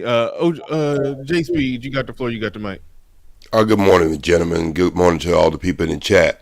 I do have something and it's serious about what the old man is talking about. And I do have some information about Fresh and Fit too. All right. Old man, watch who you want to shake hands with. I looked at the show last night. She had a white girl on there last night, Middle Eastern, whatever the fuck she was from. She took every chance to nudge black people as a whole, not just black women. Matter of fact, she even brought up LeBron James' name and saying who the fuck he was and why people should look up to him. And then it throws something back to me that was said on Fox News when the white woman said he should shut up and dribble the ball. And so, look, man, you can go to the Klan if you want to, and you can listen to some of them, and they say some truth in what they say, and you might agree along with some of the things they say. But in the overall scheme of things, would you want that to be something that you support and represent? So I say you have to be very careful who you want to shake hands with. I was on the telephone with Fresh and Fit when they had a call-in show. And for some reason or another, somebody who was working the board left the line open. I know they are in negotiation with O'Shea Duke Jackson to get him on the show. I heard that from the lion's mouth because they left me on the show with the mic open. And so I'm busting that wide open. You heard it from me first, and that's about 3.5 weeks ago. I know there was in negotiation with Tommy too, and I never even released this, but I supported Fresh and Fit on the video when they had the young lady on there, the one that went viral about was he colorism and all that other stuff. I do understand that. I supported him on that show because I told him I listened to Howard Stern for years. And so, old man, there's a difference between a shock jock and they're neither. They're not shock jocks. That's number one. And they're damn sure not comedians. Okay? So there are certain things that they say is funny, but if you listen to them on the long term, it's not funny at all, because if you listen to them and listen how they come, if you take the, I don't even know the brother's name because I don't get into them like that, but I do listen to their words. One of the things the brother said was he never dated black women because when he was coming up, and he's from the island, he was attracted to white women because that's the women that, he started off with. So he never really been with a Ema Island girl versus a black woman from America in the first place. That's what he said out of his own mouth in that little segment that they had with the two when they had that segment when it was just with two of them. I think it was an after show. And so that brung up all this pushback they get from the community. But think about this, old man. If you have somebody on your show and they're taking nudges of everything, not only she took nudges at the vice president, she took nudges of LeBron's. Go back and look at that show and you'll see why I say be very careful who you want to shake hands with. And yes, there are negotiations to get O'Shea on this show. You said it once. Okay. Okay, so what I'm saying, Bernard, is that's the only thing I really don't want to get into the personal stuff today, because I think it's just a little more serious than y'all just want to say it is. And maybe what exactly is the problem with Fresh and Fit that you have? It's not hard. What exactly is the problem? I don't have a problem if people have a preference, but I don't think you have to step on people, and this is something I have with any. What exactly was it that you thought it was stepping on them? Listen to what I'm saying. Oh man, I am. If you like what you like, enjoy what you like and move with it. But you don't have to look back and try to validate it by saying something about something you don't like. Just move with what you like. That's the major problem I have when I like something, I don't have to talk about what I don't like. I don't have to push something in the mud that I don't like. And he used every stereotypical term for black women, just like, and another thing too. You know what I really don't like, old man? I don't like people coming from other countries that just because their melanated skin might be darker and don't even understand the culture here and think that they can just come in and dig in like that. No, I don't like people like that. Well, let's look at that for a moment. TLC, you didn't have any problem with TLC saying what I had a wait. You don't know if I had any problem with TLC. Are you asking me a question or are you making a statement? I haven't heard you say it. I was gonna get to the TLC thing. But are you asking me a question or are you making a statement, sir? I didn't hear you say anything. But I didn't say anything while y'all was talking in the first place because I didn't want to be disrespectful. I waited till Bernard to choose to bring me on. Say anything about Linda Clifford, 1978, Runaway Love? You don't know what I was saying. You didn't know me, and I didn't know your ass. Okay, speak on it right now. Okay, I can speak on it right now. When they made that song, I enjoyed the comeback song that it was made to that song better than I enjoyed that song. Because there was a brother who came back and did another song to answer that song. Sporty Thieves, no pigeons. Yeah. So you see what I'm saying? So there's always wait. There's always look, man. Did you know that No Pigeons, since that's what you're talking about? Did you know that No Pigeons also made TLC money because the writers and the songwriters and producers that made the track that they were rapping to, they had to pay that back to TLC? Did you know listen to this, old man. I've been in the music business longer than you have, brother. So what I'm trying to say is, who produced them? Oh yeah, you was Dallas. Dallas used to live right across me in an apartment. We used to live in one of the bummest apartments in an ATL. Yeah, so I do know the producer of them. All right. So what I'm trying to when they made the banjo, I don't want to move the goalposts, Bernard. But what I'm just saying is, my only thing back in the day, you was a fifth member of the Four Tops. We know. But anyway, Sodomy and Chicken says, hey BR, how much is the bounty to get the boomer off the panel? I posted in the chat. There's a $100 boomer bounty on J Speed's head, and unfortunately for you, J Speed, Sodomy and Chicken stepped up and got you off the panel. So we gotta let you go, J Speed. I do apologize. Well, not really, but Thank you. So they got J Speed up out of here. He's starting to catch on. God, yeah, that shit. Yeah, hey, the niggas Wizard X in the building. He says, OJ is being disingenuous. I saw that show. The Albanian women made good points on how damaging people. Damaging people looking up to entertainers, how damaging it is for people to be looking up for entertainers and VP's incompetence. Thank you for the super chat. Appreciate that. I could just barely see it. Theo Wife in the building says, I have a preference for Afro-Latina Brazilians and blonde Ukrainians. I can hear ABW foaming at the mouth. Shout out to Theo Waff, and shout out to Sodomy and Chicken dropping the $100 to get OGJ Speed off the panel. I was trying to get away from that, but he volunteered it. He asked me what was the ticket price to get rid of OGJ Speed. I set it at $100. He answered the call immediately and sniped him out, and he's out of here. Prophet of Thought series in the building. He says, my arch nemesis up there causing problems again. Brother Xavier, I don't know how you be talking. You say you talk to OGJ Speed on the phone, every other day. I think you said. I don't know how you do that. I don't know why you do that to yourself. You need to.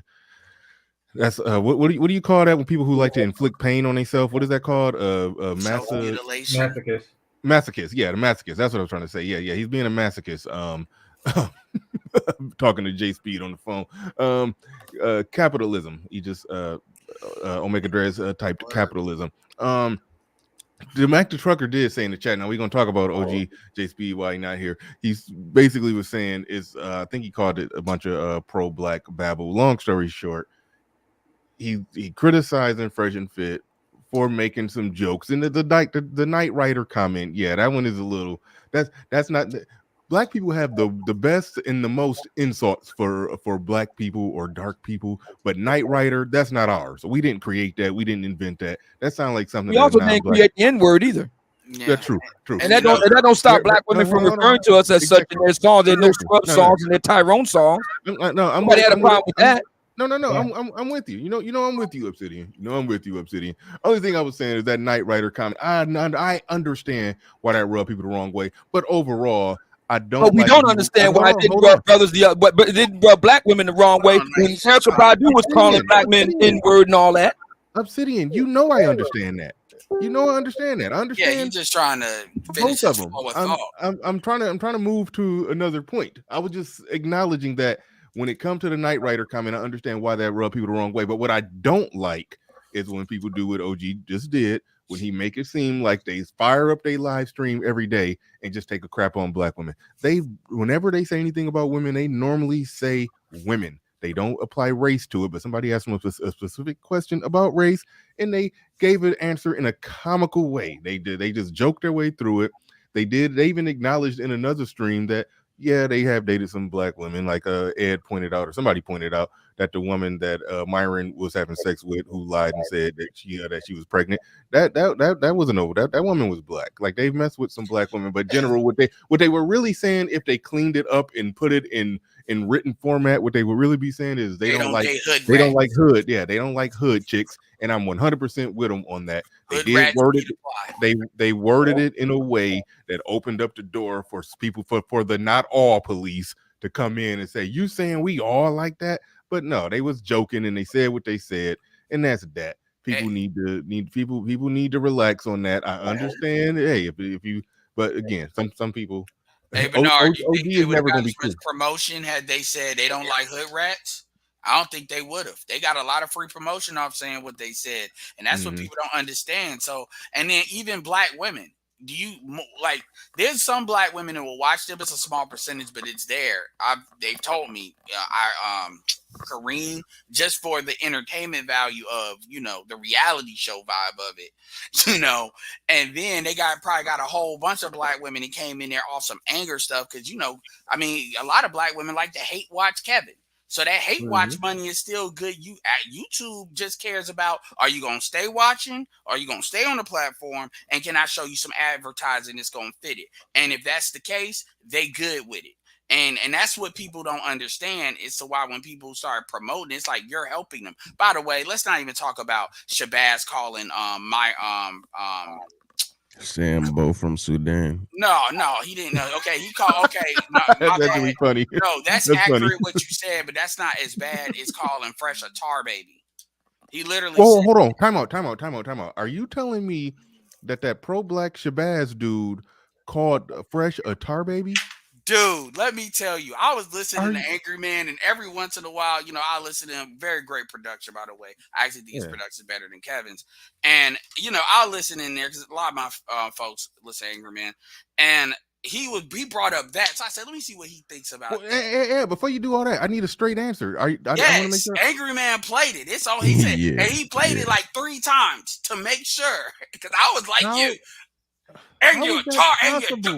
Hold on. How is that possible that the most pro-blackest of pro-black people will go all the way with the tar baby thing, but mad at him about the Night Rider? Let me quote him right. Let me quote him right. I misquoted him.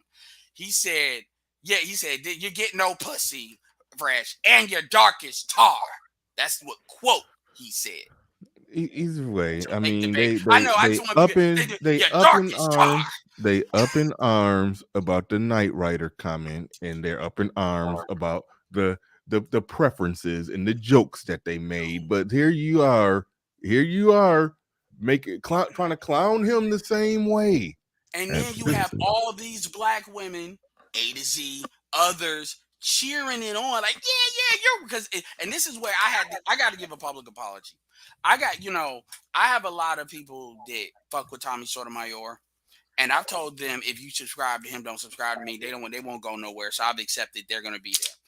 I've told them multiple times. I have said that I don't really see as much of an issue with Tariq Nasheed calling Tommy crispy. This is something he mentioned on Fresh and Fit, by the way. This is why it's relevant, because Tariq Tariq is of darker skin tone. It'd be different if it was somebody with my skin tone doing it, in my opinion. That's how I register it.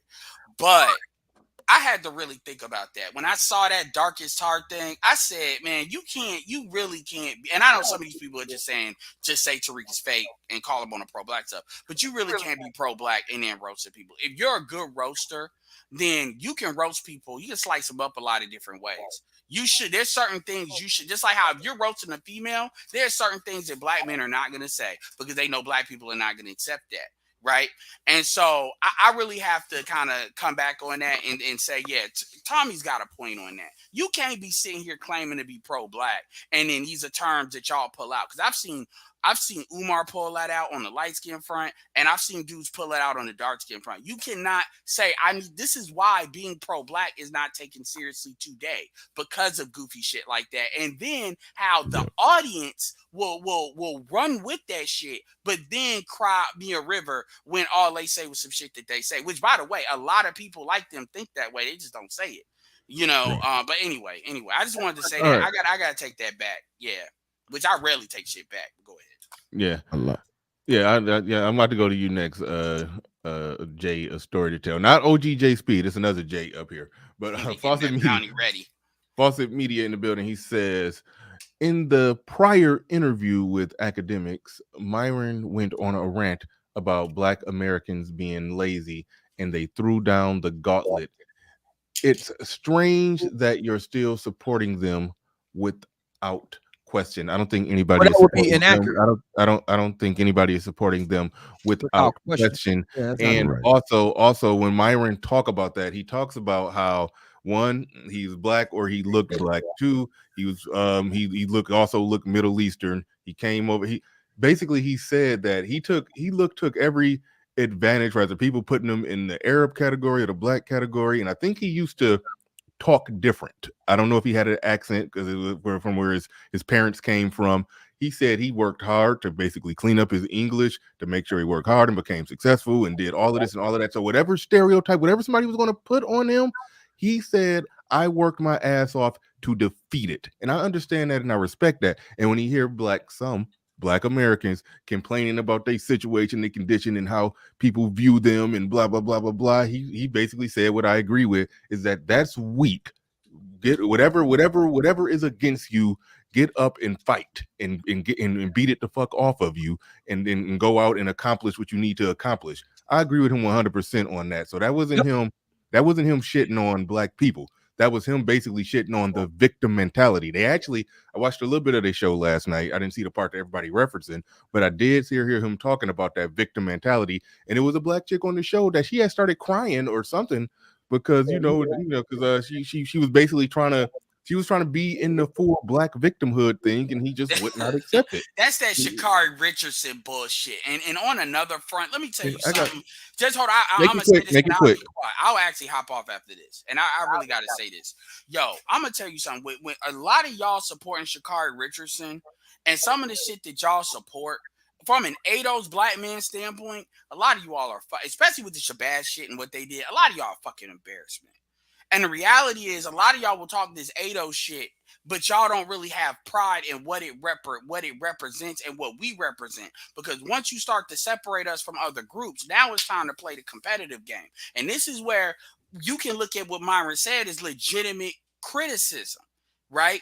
And when you have dudes, women will do it, but the dudes do it too, where they want to blame. And I get it. I do understand the history behind it. But when they want to promote swag, but at the same time blame the white man, they want to say there is no excuse when it comes to getting females. But and to be fair, when Obsidian talks about, winning on an economic front, guess what? Niggas don't want to hear that. The white man only comes in when it's time for economics. When it's time for bitches, there is nothing. You either get it or you don't. You're lame, you're a cornball, you're all of that. So my point is, y'all feel some type of way because it's a Sudanese person telling you that when you don't understand where he comes from. And I'm like, y'all need to feel it. Feel it, but don't feel it to where you want to beat him up. Feel it to do better and challenge other people to do better. Sha'Carri Richardson showed me a lot that I need to see about y'all. That y'all will promote swag over losing. That bitch is a loser, and she chose to be that. She chose that. And a lot of y'all gas that up. Then you turn around when other groups come in and beat our ass with our own shit. You want to be upset. I'm sorry. Y'all could take that pro-Black bullshit and shove that somewhere because that shit ain't got no currency no more. Oh, all right. That's the truth. All right, I'm done. I agree with Edward. No. I think Edward is right. I agree with you. I know if you got a point on that, hold your thought on that because not Fawcett Media. Jay, a story to tell, been waiting for forever. So JC the Conqueror in the middle with a $10 super chat. He says, "We are not pro-Black men. We are thinking Black men." Here. Shout out to you. Appreciate the super chat. Appreciate Omega Dreads and Theo. I think I missed Theo's super chat. I don't even know what Theo. Oh wait, no, I did read that. Shout out to everybody who's been supporting the stream. Appreciate each and every one of you. Go ahead, Jay. Story to tell. You got the floor. You got the mic. All right. First I wanted to get in. I mean, the comments he made. I saw a lot of other Black men. When people are in the light and they're trying to appeal to, whoever's cutting their checks, man, you get to see how they really are. Because, I've seen straight up gangsters, man. I'm talking about gang members who I'm sure have assassinated tons of people sitting here acting like Night Riders or LaQuishas was the worst thing they ever heard. That's how you know when they're trying to appeal to the person that's cutting their checks. As far as the conversation with Brittany Renner and Fresh and Fit on academics, I thought the actual conversation itself, outside of who won or lost, no real person was watching that for that reason, I don't believe. But the conversation I feel was needed, and more conversations like that need to happen in different spheres. But for what that was, I felt like the conversation was productive. In regards to earlier, Obsidian was speaking about when he was referencing the quote unquote OGs of the manosphere and no one tearing Fresh and Fit down. I mean, you notice after each quote unquote infraction or any time that they're viral for something that happens on that platform, watch the people that make the videos, watch the people that are, silently, I told you so. There's a lot of them out there, man. If you haven't seen it, I don't know how. I don't know how you haven't, because it's been evident. You got the degree of people who are standing next to them, because I feel like, just watching how the YouTube plays out, you see a bunch of people that appear to like hit a wall. These are older guys in the space where their subscriber count, their viewership kind of like halts. I've noticed a percentage of them go to Fresh and Fit, kind of put their arm around them to gain some of that momentum that they had when they first came in. Then the other half, you have the guys that are kind of praying for their downfall because they feel like, okay, you're not teaching how I would be teaching. But it's not the same group. The same group that they're targeting, their cult following, is not the same as a Coach Greg Adams, or those are two different customer bases. But you have a lot of those older heads that are really praying for their downfall, man. None of those older guys that you're talking about are of any consequence, for the simple reason I don't know who they are. These are guys that are in the stand.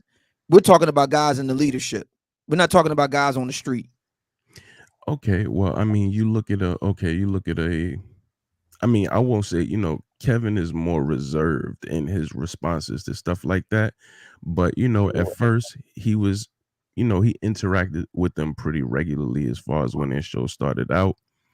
But I guess toward the end, their show was kind of running into his time slot, and he was asking them like, yo, can y'all please, like, fall back or postpone your show until mine is over. And they accommodated him because they had that respect for him as a quote unquote OG in the space. Once all of this stuff came out, he kind of just left them out there to hang. Whether you like, what do you mean left them out there to hang? What do you mean by that? He left them out there to, I guess he didn't come to their defense. They were very accommodating of him. Well, my understanding is that they said some things that were very unsavory about him. He's supposed to defend that? What did they say that was unsavory? So you don't know that? No. I mean, I've heard stuff like, in a competitive nature, like, we gonna wax these old heads' ass, No, that's not that. No. So you don't know what happened?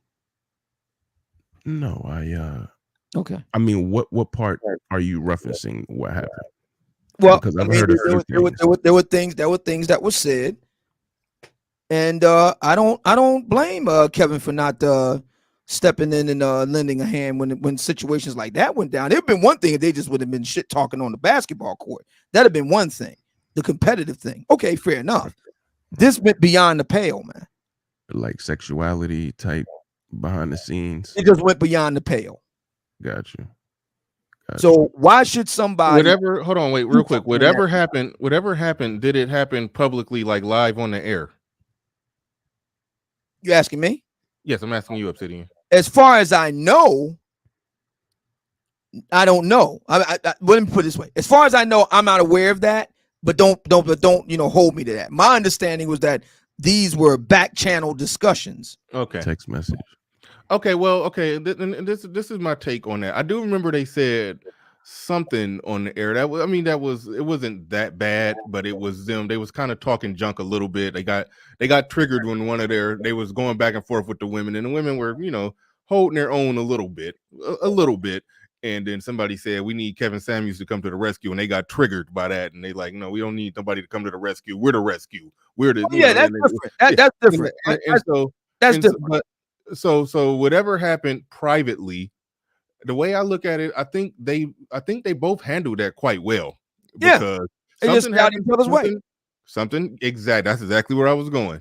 They had a problem with each other. It was some little, talk about them trying to work out a time schedule so they not on at the same time. That didn't exactly work out. They said Kevin Samuels didn't respond to one of their messages, so they said forget it. They came on at the same time as him, and then they supposedly, I can't confirm it, but based off what I've come to understand is that they said some disparaging things about him behind the scenes. He caught wind of it, so they just parted ways, and they just stayed out each other's way. Kevin does his content, they do their content. They don't mention him, he don't mention them. That's how it's supposed to go. If you and two people got some disagreement, some difference, y'all just part ways and don't talk about it, and just do your content and do your thing. Yeah, Right. I actually like how that played out.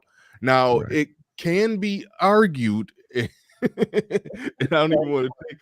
Well, okay, never mind. I'm not even going to go there. But as far as what Kevin did and what Fresh and Fit did, I think they just amicably just parted ways, no communication, and they just did their thing and didn't say nothing about it. And when that's that. and when you watch that initial video, the TLA, the very first video, when the girl came out, what I wasn't supposed to say it. No. I ain't saying you weren't supposed to say it. I'll say this. I think there may be other people who got very critical of them on behalf of Kevin Samuels. I'll just say that, and I'll set that right there, and just leave it alone. All right. Right. But go ahead if you was making a point. Oh no, but yeah, that first live stream he did in regards to them when the girl came out with the accusations of being pregnant, that stream had a lot of quote unquote old heads in the space, and they were pretty much, it was almost like a funeral. Like that live stream was like a funeral. These dudes had black suits and smiles on, and when it didn't go, they kind of went back into their cubby holes and just waited for the next quote unquote salacious infraction, So you're talking about the man mindset. You talking about the TLA stream. Oh, I just wanted. Okay, so you're talking about the man mindset. Well, fuck it. I mean, shit. I'm saying it. So Bernard didn't say it, and the man mindset. Coach Greg Adams. And that's important because Coach Greg Adams, he has his own money, his own stuff. He's kind of like indifferent on it. Now, I'll say the man mindset fits in what you're talking about. It was a couple other people on there too.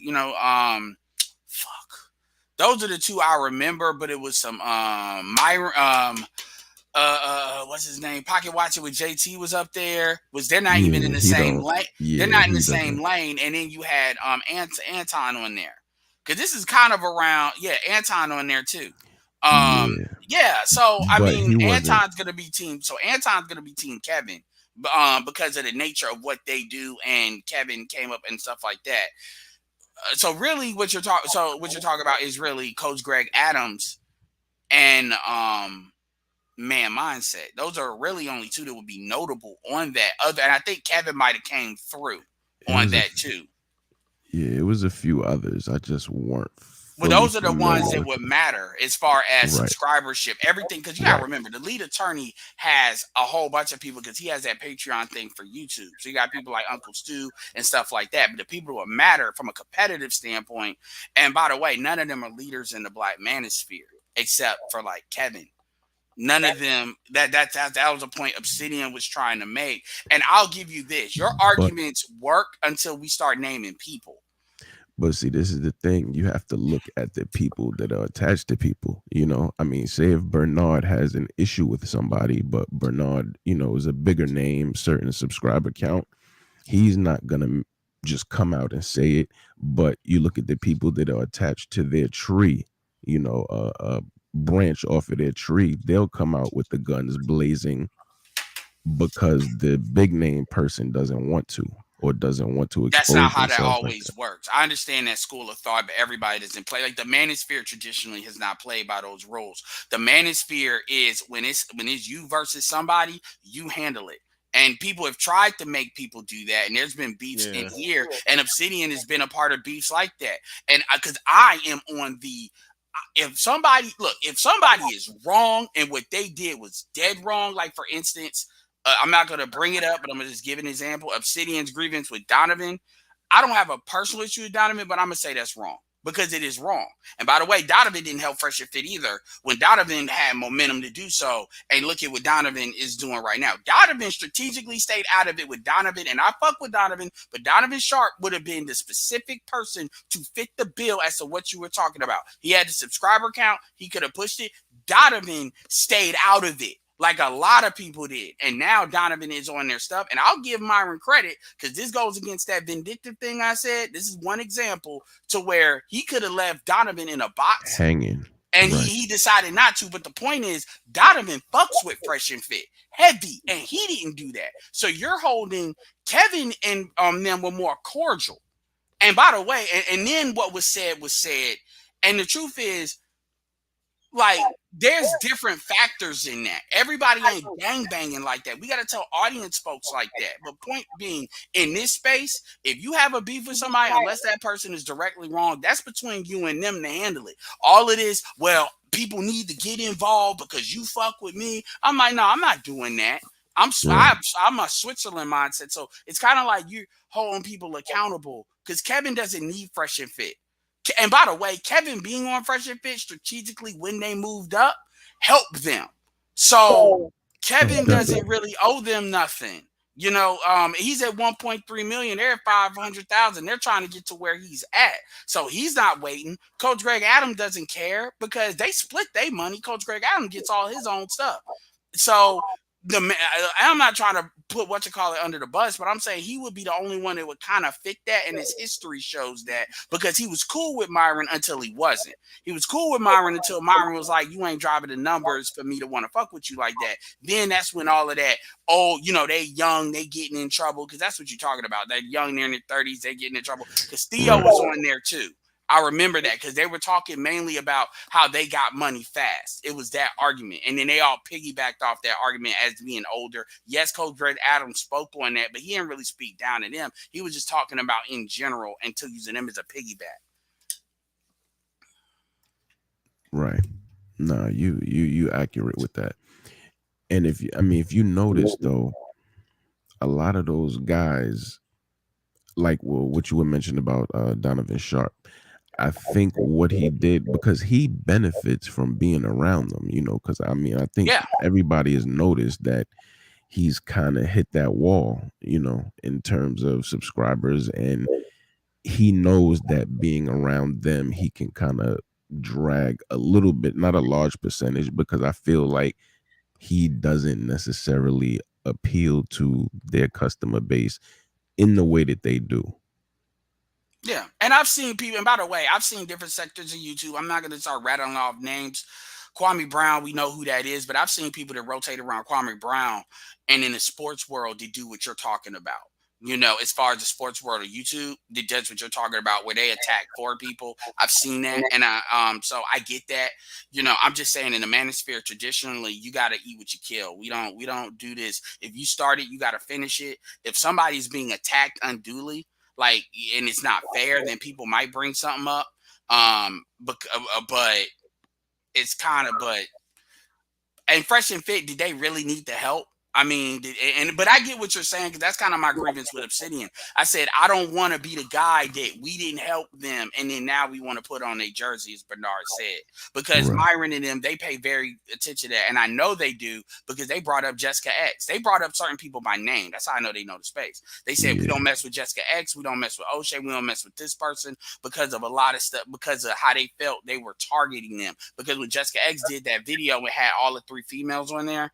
Like it had the chick, they didn't like that, and it was Fresh that said that. So my thing is, if you associate with these people, that's what they're gonna look. They think like you, by the way, and so they're gonna look at that, and they know who's out there. If you interview authentic alphas, by the way, when he was doing what he was doing, they remember that stuff. Yeah, they got memories on that. They're not gonna just and to be fair, Obsidian, Tommy, they did ask somebody in the super chat. Asked about you, like would Tommy do something with you, and he just said he didn't say he didn't know you in a mean way. He said he didn't know you as far as he kind of didn't want to go that route, but he don't know enough to speak on it. You know what I'm saying? So you were mentioned on that interview with Tommy and them, but yeah, so Obsidian may have a route towards that, and I'm not against people taking that route. I'm just saying what I'm going to do. And the guy that you mentioned too, I mean, that, you know, that was strategic as well, you know, which is why I kind of felt like that was passed down to him, you know, the dude who bust in their house or whatever on that live stream. So you saying You it know, was they used to. staged? Well, no. I'm not saying that particular thing was staged. I think that he was influenced to do that, because had he had grievances that he was stating he had, you know, months had lapsed where it was just no communication with them. You know, I'm just done. We're done. Then out of nowhere, he's here to, you know, he's here to fight for something that was done 3 months ago that they already spoke about. You know, like, this was squashed. We're done with each other, you know. And all of a sudden now, 3 months fast forward, you busting in my door talking about you want beef. Like, this was finished 3 months prior. Like, what? So that came across as being passed down. But yeah, you know, there are people that's trying to latch on them for views, and I mean, some part of that is the game. I'm not against that because that's the game, you know. But it's that kind of back and forth stuff. Like, you mess with them, you don't. I'll be interested to see. You know, Jay Speed said what he said. I would be interested to see if O'Shea goes on there, because I'd be surprised.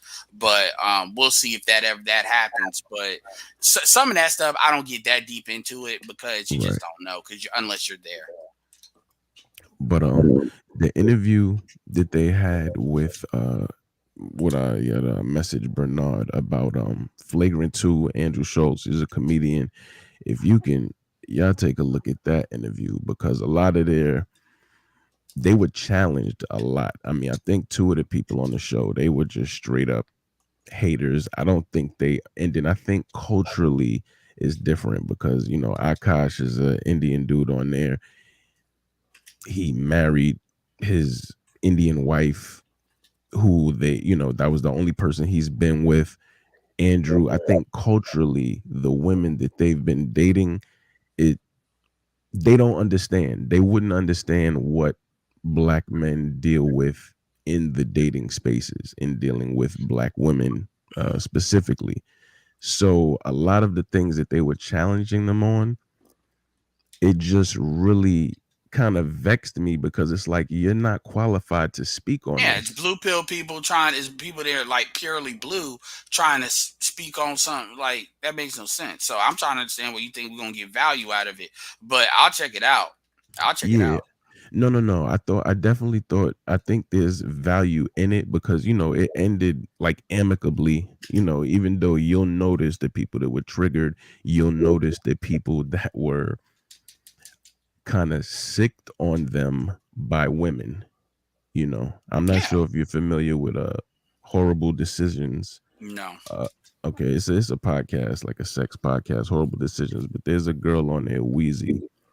And I remember seeing Wheezy on IG, you know, when the clip first dropped, you know, with the Night Riders or whatever. And even Joe Buttons, his commentary on it, I kind of felt like him and Academics have this long-standing relationship. Relationship / beef. It's not beef. It's almost like big brother, little brother. You know what I mean? Like all of this can be distilled down to the money. The women are the money. You don't fuck with the money. You can lie to women. A problem that we do is we tell the truth and fuck with the money. And now what Fresh and Fit is doing, they're actually making money basically with these talking points. And now that is a fucking problem, because now they are breaking that glass ceiling into the quote unquote mainstream. And here's the thing about DJ Academics. They say Fresh and Fit may not be mainstream. Maybe they won't, but they can give the mainstream fucking problems, because now the mainstream can't ignore what gets said. They're getting big enough. Kevin too. They're getting big enough that you can't ignore it.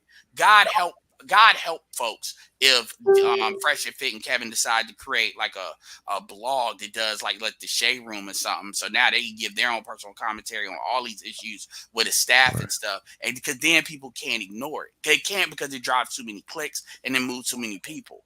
And so now they got to speak on it, and they never had to before. So now you're seeing people like Joe Budden, because if you remember when Joe Budden said what he said, Joe Budden, you could tell he didn't know what he was talking about on Fresh and Fit. Because he said darky.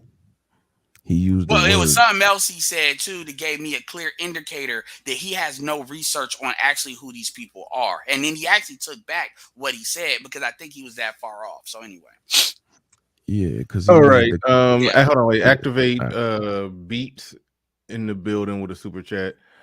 He says, "Didn't you ask for a black male hierarchy? Wouldn't that be like a tick right?" I don't know what you mean by wouldn't it be like a tick right, but I think you were talking TLC. Wouldn't it be like TLC? Oh, that's not an I. Okay, that's why I can't see. All right, wouldn't that be like TLC right? I don't know what do you mean by there. It's like you sort of talking to Obsidian. Obsidian, if you're there, you I can don't know what he's respond to talking that. about. I have no idea what he's talking about either. Okay, JC the but appreciate the super chat. Appreciate the super chat. I don't really know what you're talking about though. But JC the Conqueror in the building said Coach Greg rock with them still. That's what I thought too. I did. Yeah, that's more or less what I thought. Yeah, because they were on the 7. I forgot about that. Yeah. Coach Greg Adams ain't never been. Yeah, he's against like them. Switzerland. He tries to not beef with nobody.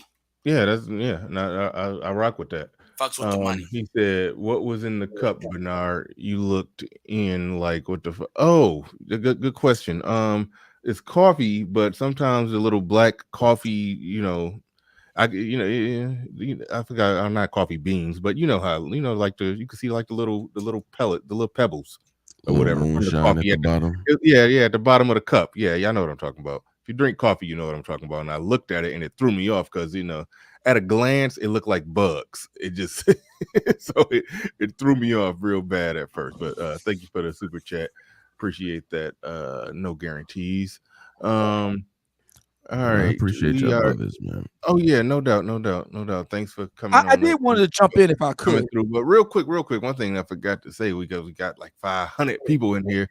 Haven't seen the subscriber count move. So if you're new here, subscribe to the channel, please. Subscribe to the channel, bang the bell, hit the like button, all of that good stuff.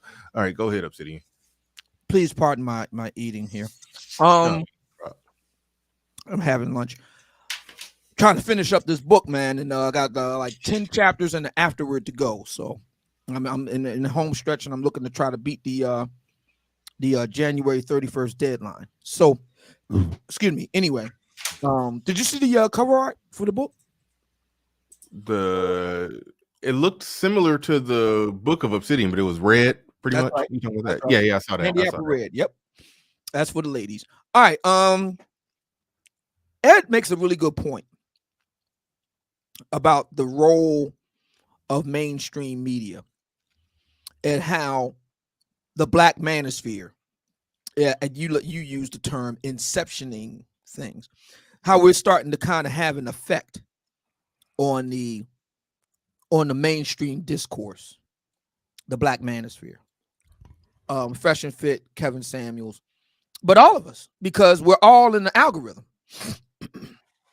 It's only a matter of time before they run into you, me, Edward, Coach Greg Adams. You get the idea. It's such and so forth.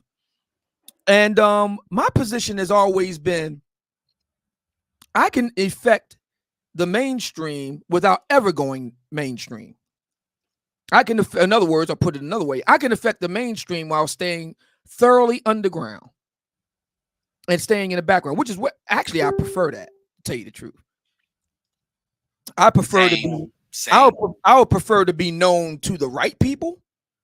The important people know exactly who I am, but to the rank and file person, they just see another brother. Well heeled. With a walking with a cane. He might have a nice whip or something. You would never know it.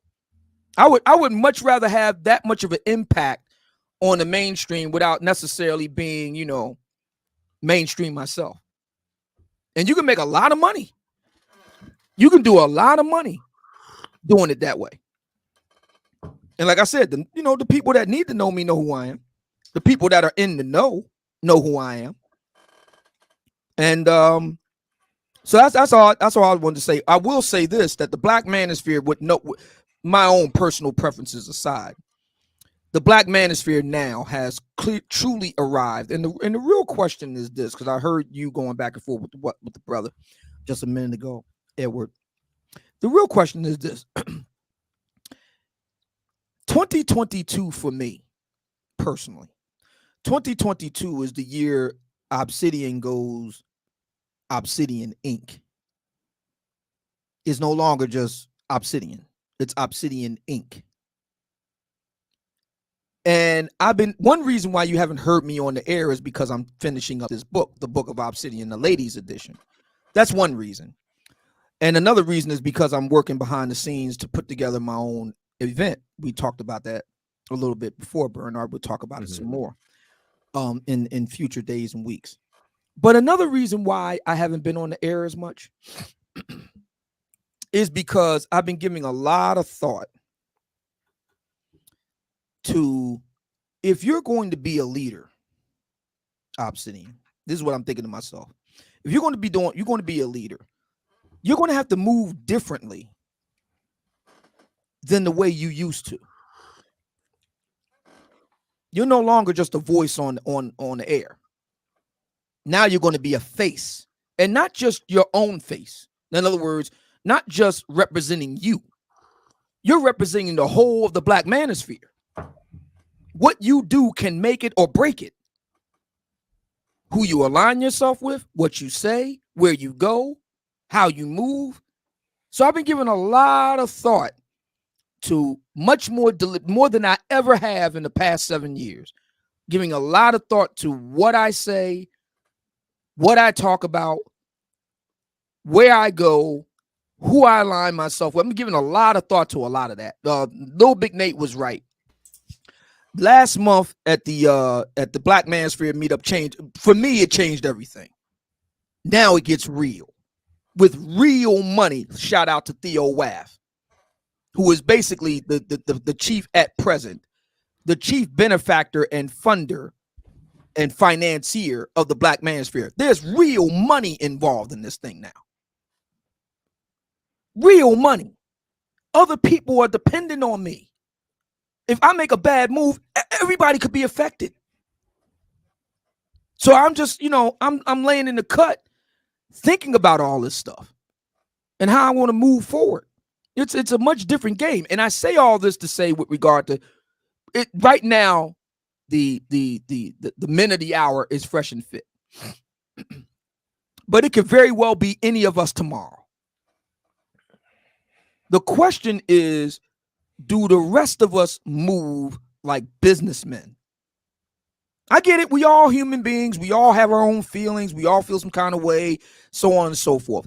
One of the great things I admire about white folks, and I spent years in the white manosphere just so I could learn from them. One thing I saw firsthand, they don't always agree. They don't always agree. I saw it firsthand. But when the push come to shove, they form up and do what they got to do. Black men have got to learn the same thing. It's okay. We don't have to always like each other. We don't have to always agree. But when push come to shove, we got to learn how to put that to one side and work together. I got my concerns with Fresh and Fit. I do. But there's a bigger fish here. And I would say the same thing to my good friend and brother, O'Shea Duke Jackson. We got a bigger fish here. We can work all that other stuff out behind the scenes. We can work it out. Whatever it is, we can work it out. But right now, we got a bigger fish. And what kind of example am I setting if I'm not trying to, keep everything above board here? There's a lot of money involved. You talk about the mainstream, Ed. There's a lot of money on the table here. A lot.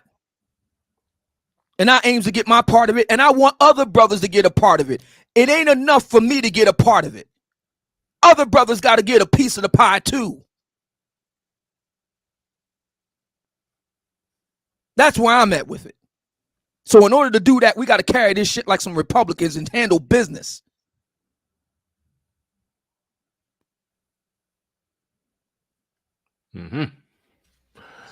Nelly Nail in the building. Old man, he says, old man has been on the money with his arguments. Have a great weekend, BI. You have a great weekend as well. And also shout out to Saying One. Says VW black women flipped what they meant by night riders. It has a history of racism, but young dudes use it as the 304s that only get called at night. Check check for yourself. Okay, some new Oh information. wow, for me. that's a good point. That's why we need more of you young motherfuckers in this space. Shout out to Sir Truth hammering them, because y'all can let us know. We're 30. I'm 35, and I'm the youngest here right now. So y'all Yeah. should have said that. That would have been good information a couple of weeks ago. Go ahead. Yeah. Because now it make it look old if we try to do a video. Oh, now I get it. Y'all need to give us an updated vocabulary. We need a vocabulary for 22, 23 and under, so we can be abridge these terms. Yeah. Yeah. I had no idea. The old nigga translation book or soon to be. Go ahead. Right. No, I think that's it on the super chat. If it's another one, then I missed it. So yeah, I can't find it. I'm trying to find it. But shout out to everybody who has supported the stream. It's getting later in that hour. Like I said, if you're new here, go ahead and subscribe. But I think we said more or less all that need to be said. There we go. Wizard X. He said a Fox News station wrote about Fresh and Fit exchange with BR. Wow. Y'all need to start clipping this or screenshotting this stuff so we can have it, man. This is what the Discords are for, guys. Appreciate Indigenous TV in the building. He says Ninjathon Bernard with the graham cracker colored jacket. Pizza Brothers, absolutely. It's one of my favorite blazers. But shout out to you. Appreciate the super chat. All right, we about to wrap this thing on up. I gotta get up out here. But this was definitely a good show, good discussion, good dialogue between the brothers. Game Changer, you ain't said nothing in a while. Do you got anything you want to close out with? Game Changer, are you there? I don't know if Game Changer's there, but all right. We about to wrap this thing on up. I appreciate each and every one of you coming through. If you supported in any way, shape, or form, whether you like, share, subscribe, hit the super chat, catch up, or watch with indifference. And oh yeah, I do want to point out when I said haven't seen a move on the subscribers, so go ahead and subscribe. The subscribers actually went down too. So that means somebody was subscribed, and I did a subscriber push, and they said, "Okay, well, let me jump off the train real quick." So yeah, that was foul. That was foul. You could have just stayed on board. You was already on board. No reason to leave. But yeah, that's happened to me too with me trying to get this 5,000. So it's gonna happen. It's right. I'm like 5 away, then it jumps down to like go to 89 from 95. I'm like, okay, yeah, y'all playing with me. Some people be like, I don't want to see you go up. So I was subscribed just so I could hate watch, and I'm about to hate watch unsubscribe. That's what people be doing. But Derek Mishu in the building, he said, "Is there a Latino manosphere or just no? They black with the white folks." No, there's somebody who came on my show. I don't let him up all the time. I be, because sometimes we'll be talking about black stuff, and I'm like, but he said there's a Latino manosphere, and he's joined in some of our conversations, but sometimes But the thing about Spanish speakers is Spanish speakers got a language barrier that they can activate. So they got a wall that they can create. They can kind of, so I'm not saying all Hispanics speak Spanish, but most of them, are in that culture with that. So, this is why they'll speak English and all of a sudden switch up and then do it again. So I'd be interested if y'all find a Latino manosphere, get some channels, see what they're talking about, see what the difference is. Because I've always thought they just were with the white dudes. Not completely, but Yeah, I mean, I got somebody said that, I think Rod God said that was wrong, but yeah, no, I forgot his name at this point, but yeah, if we talking about specific black issues, I don't care for somebody, I don't care for some Latino person. I mean, I don't know what he's about to add to it, but casual observer in the building. Says Mud Shark is also not racist. All right, well, you want to prove. Y'all going to start proving this shit, because now it sounds like y'all just saying this shit. Like, give it some terms and some stuff, and we can go over it. I mean, yeah. I think they trolling, because somebody was in there talking about we be trolling the old niggas saying, what is racism? The young dudes. And y'all super chatting like crazy. I'm trying to get out the door. He said, do y'all think there is any benefit to hiding your subscriber count? Yes. I've thought about doing it, but I just, I still may do it someday, but I actually thought about doing it. And the only reason I thought about doing it, because my views. Like we had nearly 500 people in here. Like if I hit my subscriber count, I could probably front like I had 25,000 subscribers if I hit it, because my views be good. I have a very good, strong, active live stream audience that come out. So it would be beneficial for me just for the optics of my channel to go ahead and hide it. But especially with the investment you made in your channel, with the presentation you give, and you have more engagement. Yeah, it makes sense. There's certain people that do it. Like for instance, I think it makes sense for Jessica X to hide herself. Even on the bigger side, Jada Black hides his subscriber count, but he got caught slipping a couple of times, so he's like at 177K. But he's hit his for the longest time. Yeah, so, I'm plotting on hiding mine. You trying to get to 10? Yeah, or I don't know. See, I always wanted it visible. I always felt like they shouldn't allow people to hide their subscriber count. So that's why I was like, I'm going to always show mine no matter what. But I don't know. But I don't know. We'll see. But all right, y'all, we getting up out of here. All right, I think that's it. Dotting every last I, cross every last T, and we are out of here. Peace.